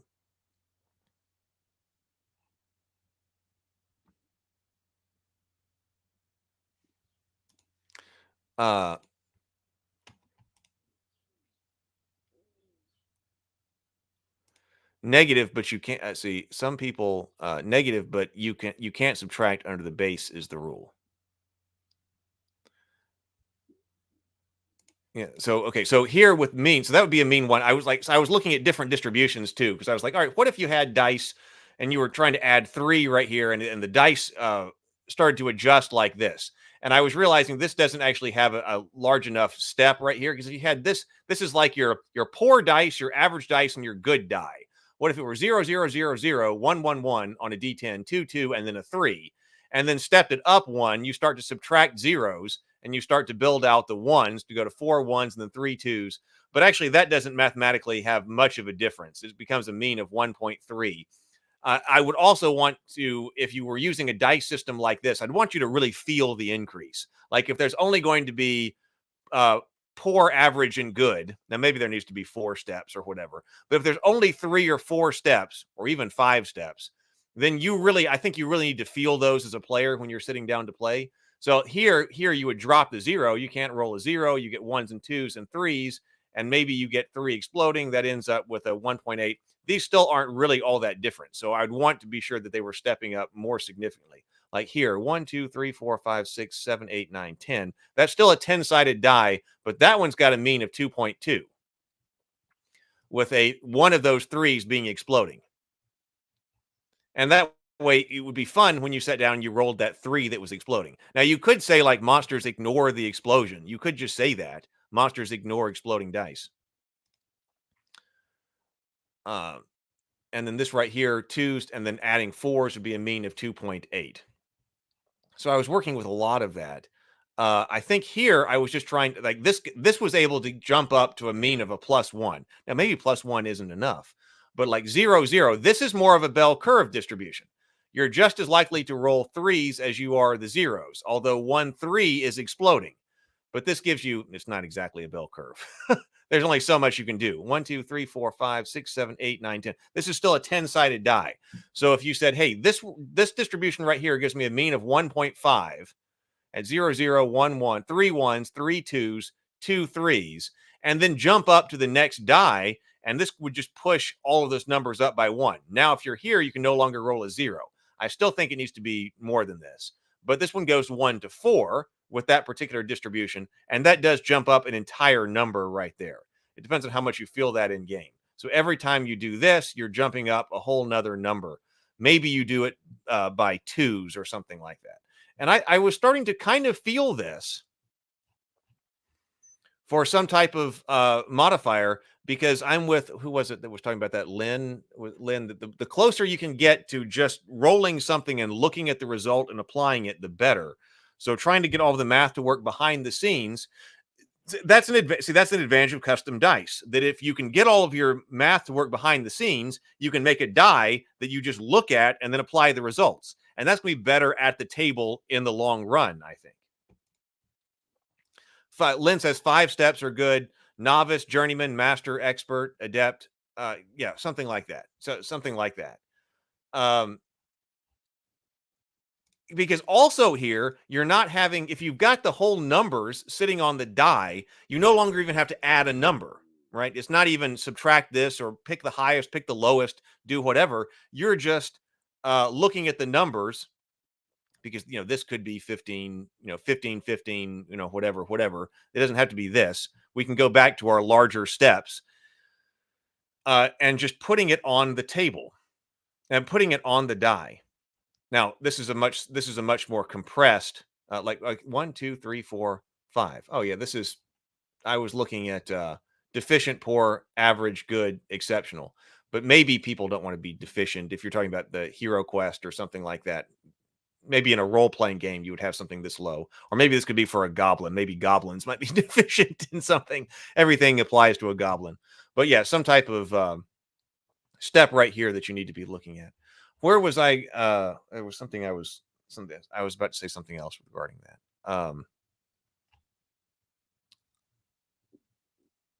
I forget. Let's go over here. Len says the advantage of custom dice is you can have them do anything you want. The disadvantage of custom dice is that they're custom. Michael says, say you roll 5d6, you must have at least a pair on the roll and the pair on the roll to roll a second time with the remaining dice. If the second dice roll matches your pair, you get to add all of them to the roll.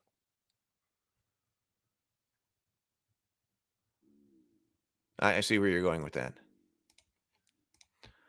But okay, so but my question was, do players want a floor plus a positive, always positive modifier, which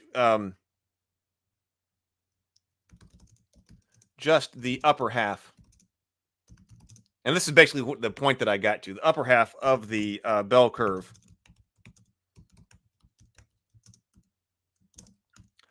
or do they want their skill level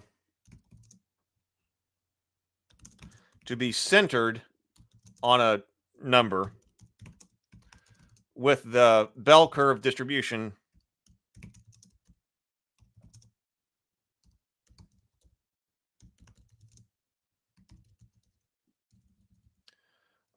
potential to roll higher or lower? Because you could build either one of these. And I had originally started building in a floor plus a positive modifier. But you could also, where was I doing this? Well, okay, so something more like this. Because the first thing I was working with, like this is your skill level. Like if this were a bonus die, your skill's 10 plus this die. You could get up to 3 in this particular distribution. Or would somebody want to say my skill is 10 or whatever? I could roll 10s, 9s, 10s, 9s, 8s, 11s, or something like that. I think I was looking at a 12-sided die. For some reason, I thought the 12-sided die worked pretty well. Because if you were going to have 1, 2, 2, that's 6 right there. Yeah. So you could do a die that did this.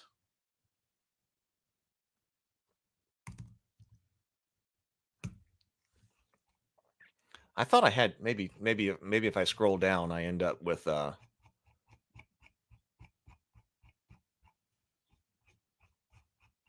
D12. Or maybe I didn't. Maybe I was just thinking about this. 1, 2, 3, 4, 5, 6, 7, 8, 9, 10, 11. Well, yeah. So there would be the D12. I think this is where I ended up coming to, because I was like, now wait a minute, maybe D12s work pretty well, because this does give you like kind of like a stepped kind of distribution. Let's see. TSL Frontman says 1, 2, 2, 3, 3, 3, 4, 4, 4, 4 makes a great distribution offensively. Crit fail, poor hit, average hit, and strong hit. 70% to hit. Low odds of dramatic failure. Strong hit can include crits, etc. Mike says, if we're looking for only positive results, why not return to a 2d6, pick the lowest, add result to skill? Gets rid of custom dice and keeps range contained. I mean, if you are okay with, if you just want, I think that was originally what I was looking at, which was just flat 2d6, pick the lowest, get rid of custom dice and keeps the range contained. That means that the lowest you can roll is always your skill +1.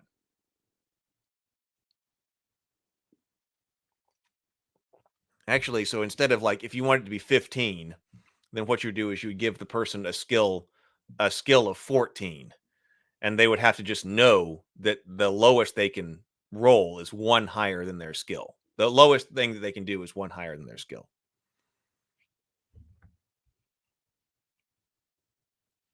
TSL Frontman says, I kind of like the second one. Roll as primary result, and then you add your skill stat to that result or effect.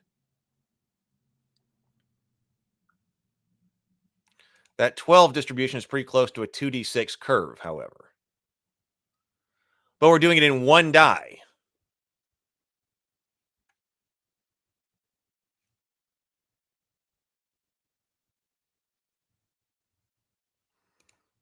P8, 5 tiers that Lynn suggested is the number of dice. Pick the optimal result.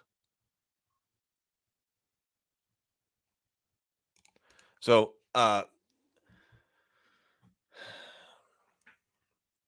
so I think my latest thinking was the use of something like a custom D12. What if you just had this? What if you knew that this is the average die or whatever it is? Yeah, you could roll as low as 8 or as high as a 13.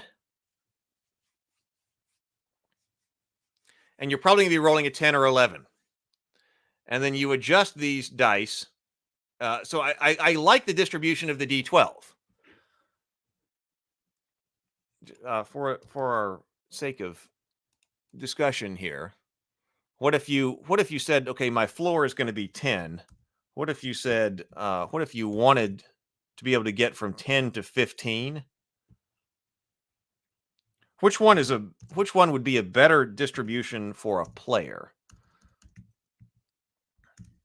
I feel like if you use a floor, if you're not using this small number over here, if you're using a higher floor, I think you'll feel it, and it'll feel more significant when you move up to the next highest die. I feel like you'll feel it more because you're like, okay, wow, now the least I can roll is a 10.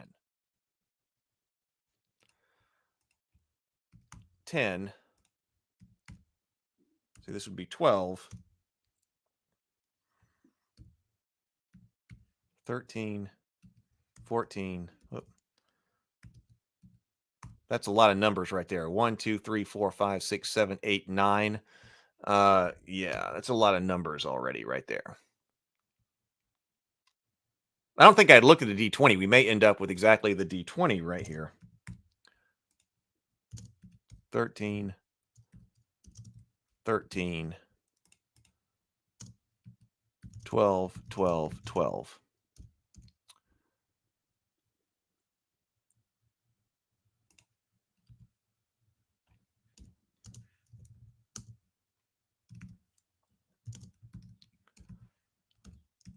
This is a lot of numbers. 10, 10, 10, 10. That gets that distribution. That's 1, 2, 3, 4, 5, 6, 7, 8, 9, 10, 11, 12, 13, 14, 15, 16, 17, 18, 19, 20. That's 21. Oh, that's 21. Oh, that's because it rounds up. So that is our 10. That is our 20 distribution. But I think it was because we ended up with something we had to like take off one of these in order to make our numbers work right. So this is but would something like a distribution like this be something that you think the players would be more would enjoy rolling, or do you think they would enjoy rolling something that looks more like that? Of course, you could expand this to a D20 as well. It would be great if it were still a D12. 1, 2, 3, 4. You could knock off 4, 5, 6, 7, 8, 9, 10, 11, 12. Yeah, you could knock off some numbers here.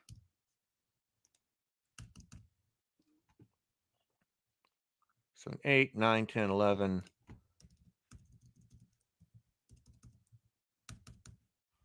1, 2, 3, 4, 8, 9, 10, 11, 12, 13, 14. That's 15. Well,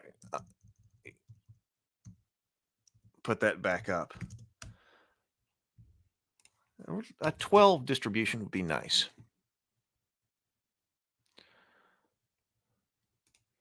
Base skill number plus additional modifiers of different size is index card RPG, right? Yeah, I think so.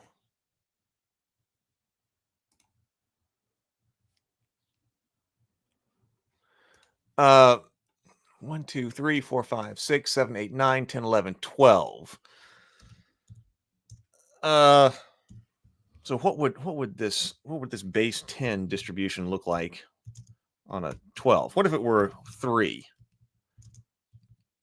That would be 6, 8.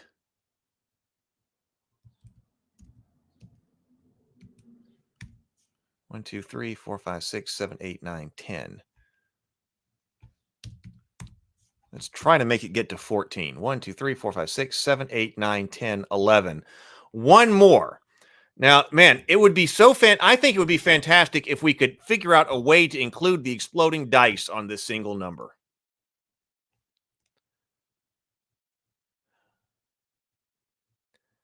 In order to do that, you'd have to have 2 15s and indicate that one of them was exploding.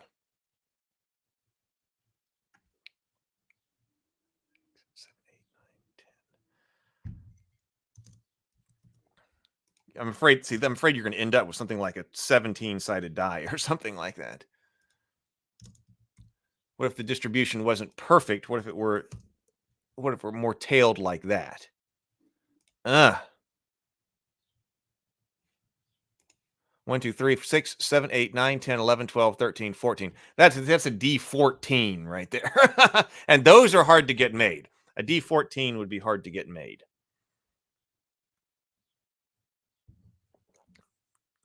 But I felt like I was closing in on something. If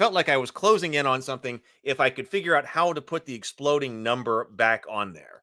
If you had one die like this, then you just look at your sheet, you know what die you need to roll, you roll that die, and you look at the number that was generated.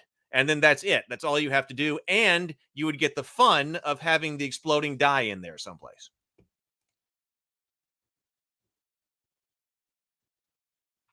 Well, I don't know. I think we're getting closer to the end. PH says, how long is this live going? Just trying to organize myself here so my wife doesn't actually disown me. Probably not too much longer. I said that I would go longer on Sundays since we're not doing since I'm not able to do this during the week anymore. I was like, hey, can we what if we did a longer morning grind on Sundays rather than the weeklies, since I'm working during the mornings now during the week? So I didn't want to just go for an hour and a half. I wanted to do an extended morning grind since it's just once a week now. But I think we're getting close to the end of my thinking here. So we should probably next week take a look at Lynn's numbers and then also how this might apply to combat.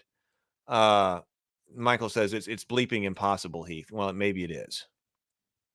Oh, talking about getting custom D14s.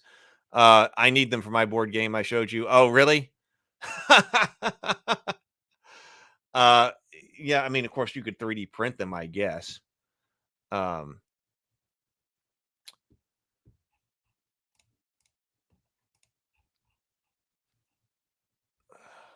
This was the 20.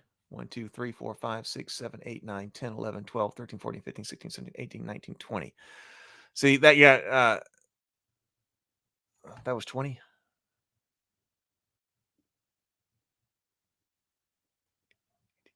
No, it was 21. That was 21. So it's so close. I mean, it could be done absolutely if in any type of just a virtual environment.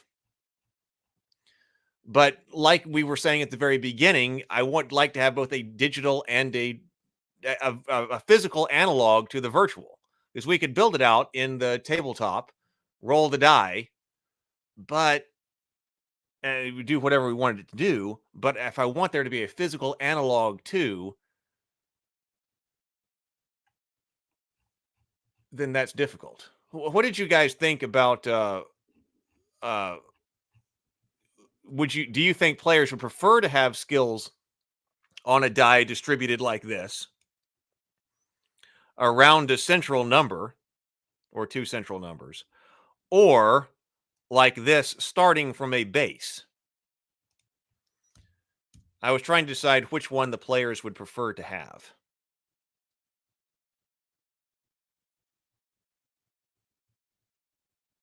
But it sure would be great if there were some way to indicate something about an explosion here. I mean, I guess the simplest thing to do directly would just be to say, okay, fine, we're just going to have one explosion. This is actually the D12. And just say, yeah, if you roll the 15, then you also get the opportunity for an explosion of the dice. 1, 2, 3, 4, 5, 6, 7, 8, 9, 10, 11, 12, 13. Nope, I want to do this in just 12. Going out to 5 numbers with the D12, that also seems to be difficult. 1, 2, 3, 4, 5, 6, 7, 8, 9, 10, 11, 12. There's 12 right there. That would be pretty reasonable. 1, 2, 3, 4, 6, 7, 8, 9, 10, 11, 12. So you could do that, or you could do that.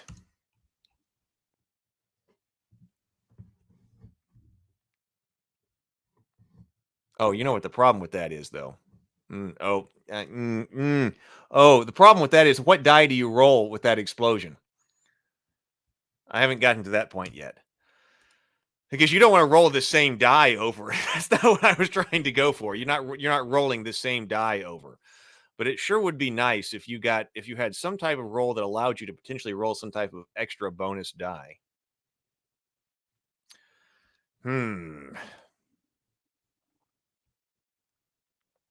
I have not yet.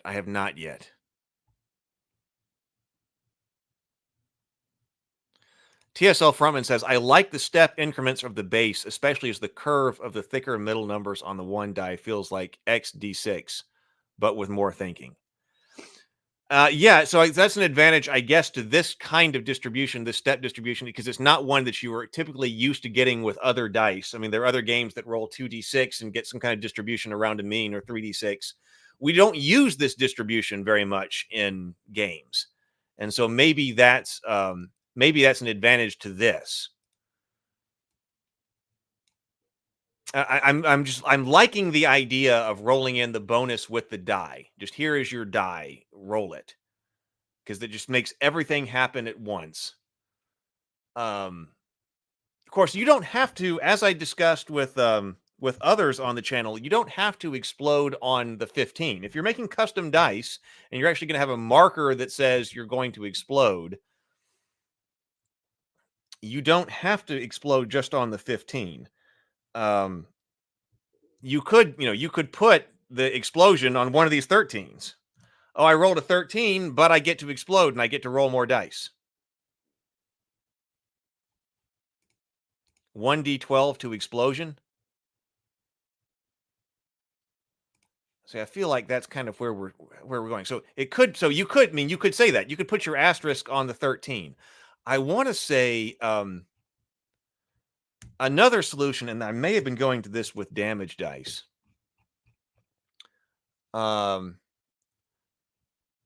Okay, we can have half steps. I have a note here: need to use either D6s or D8s or D10s as a half.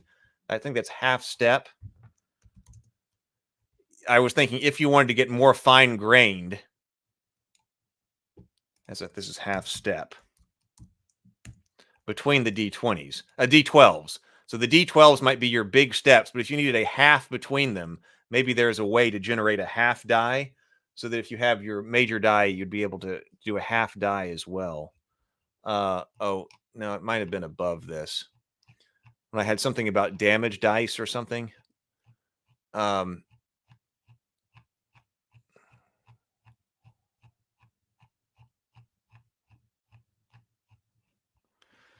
Oh, something like this. You could have something else that you got to roll. This is more dice. But if you roll the explosion, then you could roll other dice. not re-roll that die. For instance, here, right here, if this die, just as an example, were being rolled as the result of an explosion, you could get up to 2 more points here and its own explosion, but you could roll a 0. That means you could still be at 15. You've got the potential for explosion and continued explosion after that. So you could send it to another die that has the potential to roll a 0 and still get your 15. Michael says, if the target is always 1, the most experienced would have the best chance of hitting a 1 on a d4, the least chance on a d4. You're talking about for the explosion, right? So that's yeah, that's another thing that I liked about this general idea of marking the exploding die, because that's always a problem. If I understand what you're talking about right here, is if you say you always explode on the highest number, then you're most likely to explode on the d4, least next, and then least likely to explode on the d20. But then the amount that you add changes and things like that.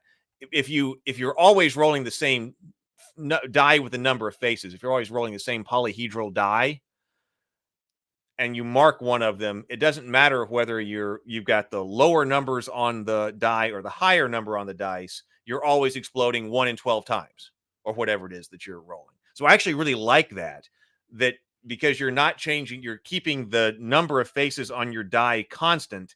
You're keeping consistent explosions, whether you're low skilled or high skilled. It's just what number you can generate that changes. So I do like that. TSL Farman says, just gave me a neat idea for explosion stickers you put on certain numbers of the die as the game progresses, making that number explode more effective. That's kind of like the custom. I think that was that PH who brought up the custom dice. So yeah, that's a way to customize your dice. Could totally do that. Okay, so that's where I got to. So I kind of thought that I was getting to something right here with these, but they need to be practical. It seems like D12s work, and it sure would be nice to be able to add the explosion. Because then, like we said, you could have a deficient die, average die, something like that. I think this is the D20, 1, 2, 3, D12, 6, 7, 8, 9, 10, 11, 12. Let me make this marker. D12 distribution.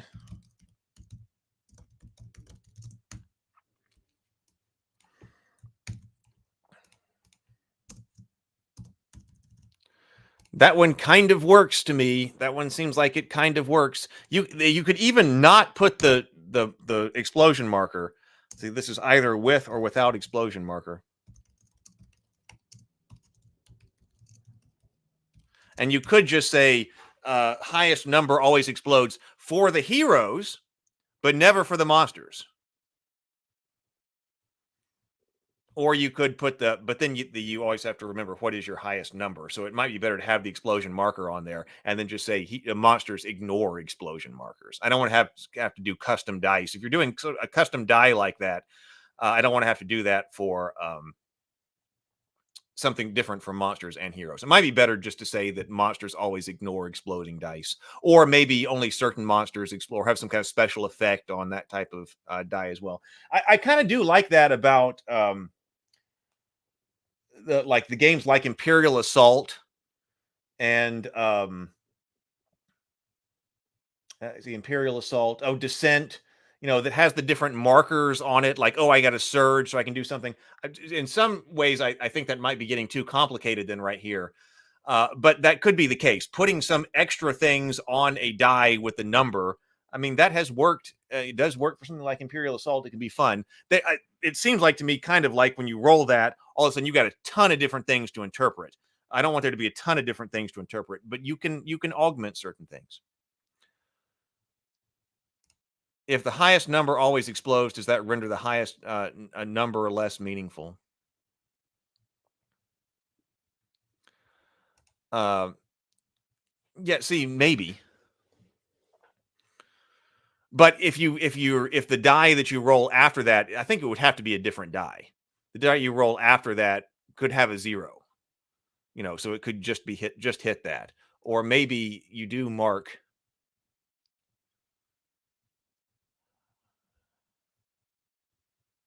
Yeah. See, I really liked the ones that had the simpler ones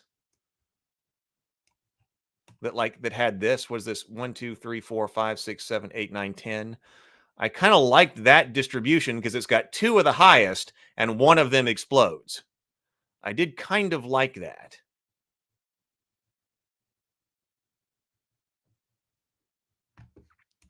I'm gonna have to, but I think I'm getting close. I think I'm getting close because this distribution I think simplifies, does what I was trying to do with the distribution of the dice, but does it in a more elegant way than having to have a modifier and have a custom dice, and you're picking the lowest of the dice, and you're rolling something else for a bonus and something else. Having a die that does this, I think, is more elegant. Yeah, making a monster's exploding dice a legendary action would be cool. Yeah, you think you put a star on it, and then, like, say on attack rolls, you explode monsters can do something else. Maybe some monsters have a special power or something they do, like trip or disarm or something like that. Could do that. Okay, see, that's okay. Let's talk about that. But with explosion, wouldn't a very lucky smith be able to make Zeus's lightning bolts? And that is what I was trying to not allow. Now, see, that's a great point. That's the argument back against exploding dice. Because originally, when I was designing this idea, I was like, I don't want something the same with, that's basically the forging equivalent of killing the dragon with one short bow shot, right? Do you want someone to be able to kill the dragon accidentally with a longbow or a short bow shot is the same kind of question as, do you want someone to be able to go into their workshop and accidentally create Zeus's lightning bolt? And I think the answer to that is no. So I think you deal with that by not having necessarily infinite explosion. If you decreased, like here, okay, see you later, Mike. We're almost done here. If I had this dice distribution up here at the top, or what I was just showing you,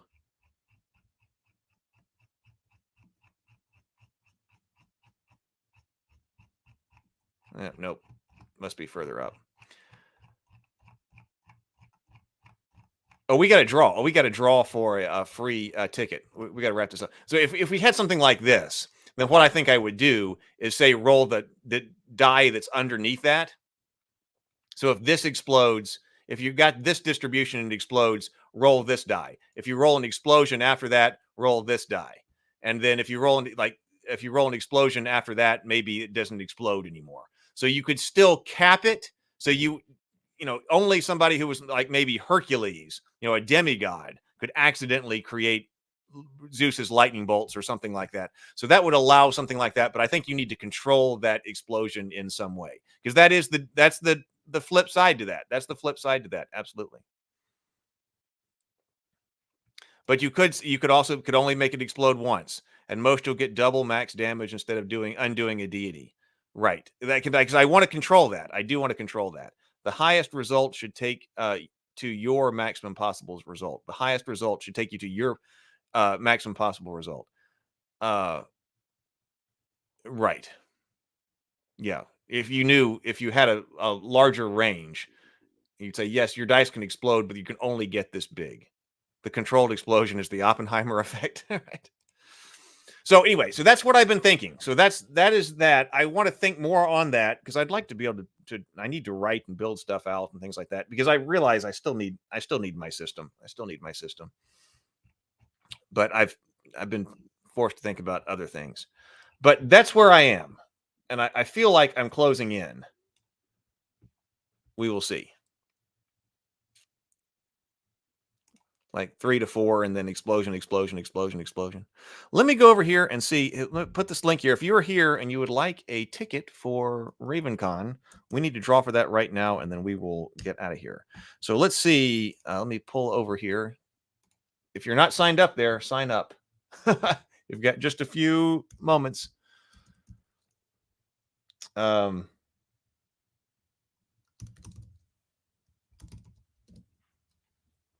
Let me log in to the program for the draw.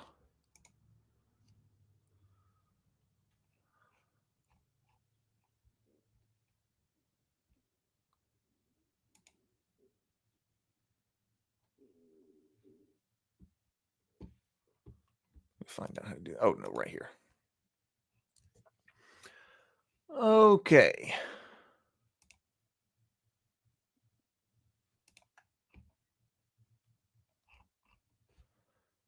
I've got everybody who is signed up here.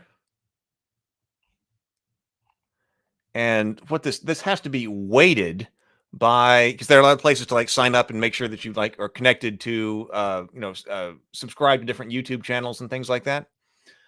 So we want to be sure that we wait. Okay, pick a winner right over here.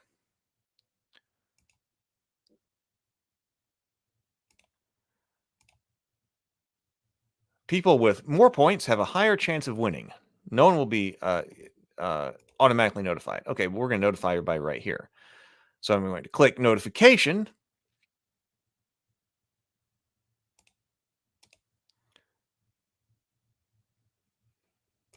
All right, everybody signed up.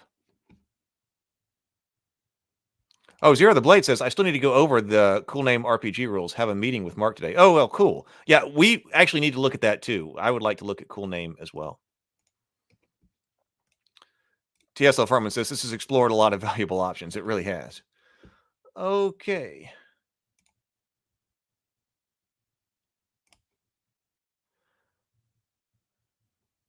Oh, well, actually, Brian drew, but Brian can come in anyways. I'm going to redraw that. I'm going to pick again. Brian Colin, he's a friend of mine, so I'm going to draw again. Okay, so Brenna just won. Brenna won. Brenna Newey?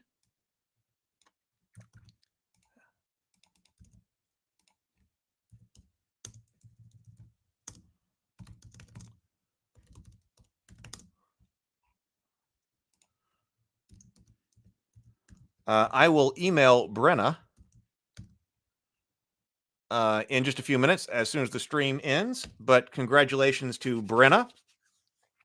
If you did not win and you want to be there, then I know, please, let's go ahead and let me give you the place to get the ticket. Let me take this down.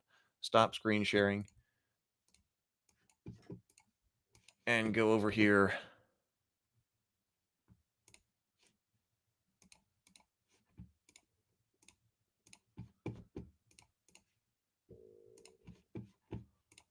Right here. If you did not win and you want to be here next Saturday, March 2nd, 3 o'clock to 10 o'clock, we've got 5 tickets remaining. So right here, here's the RavenCon ticket.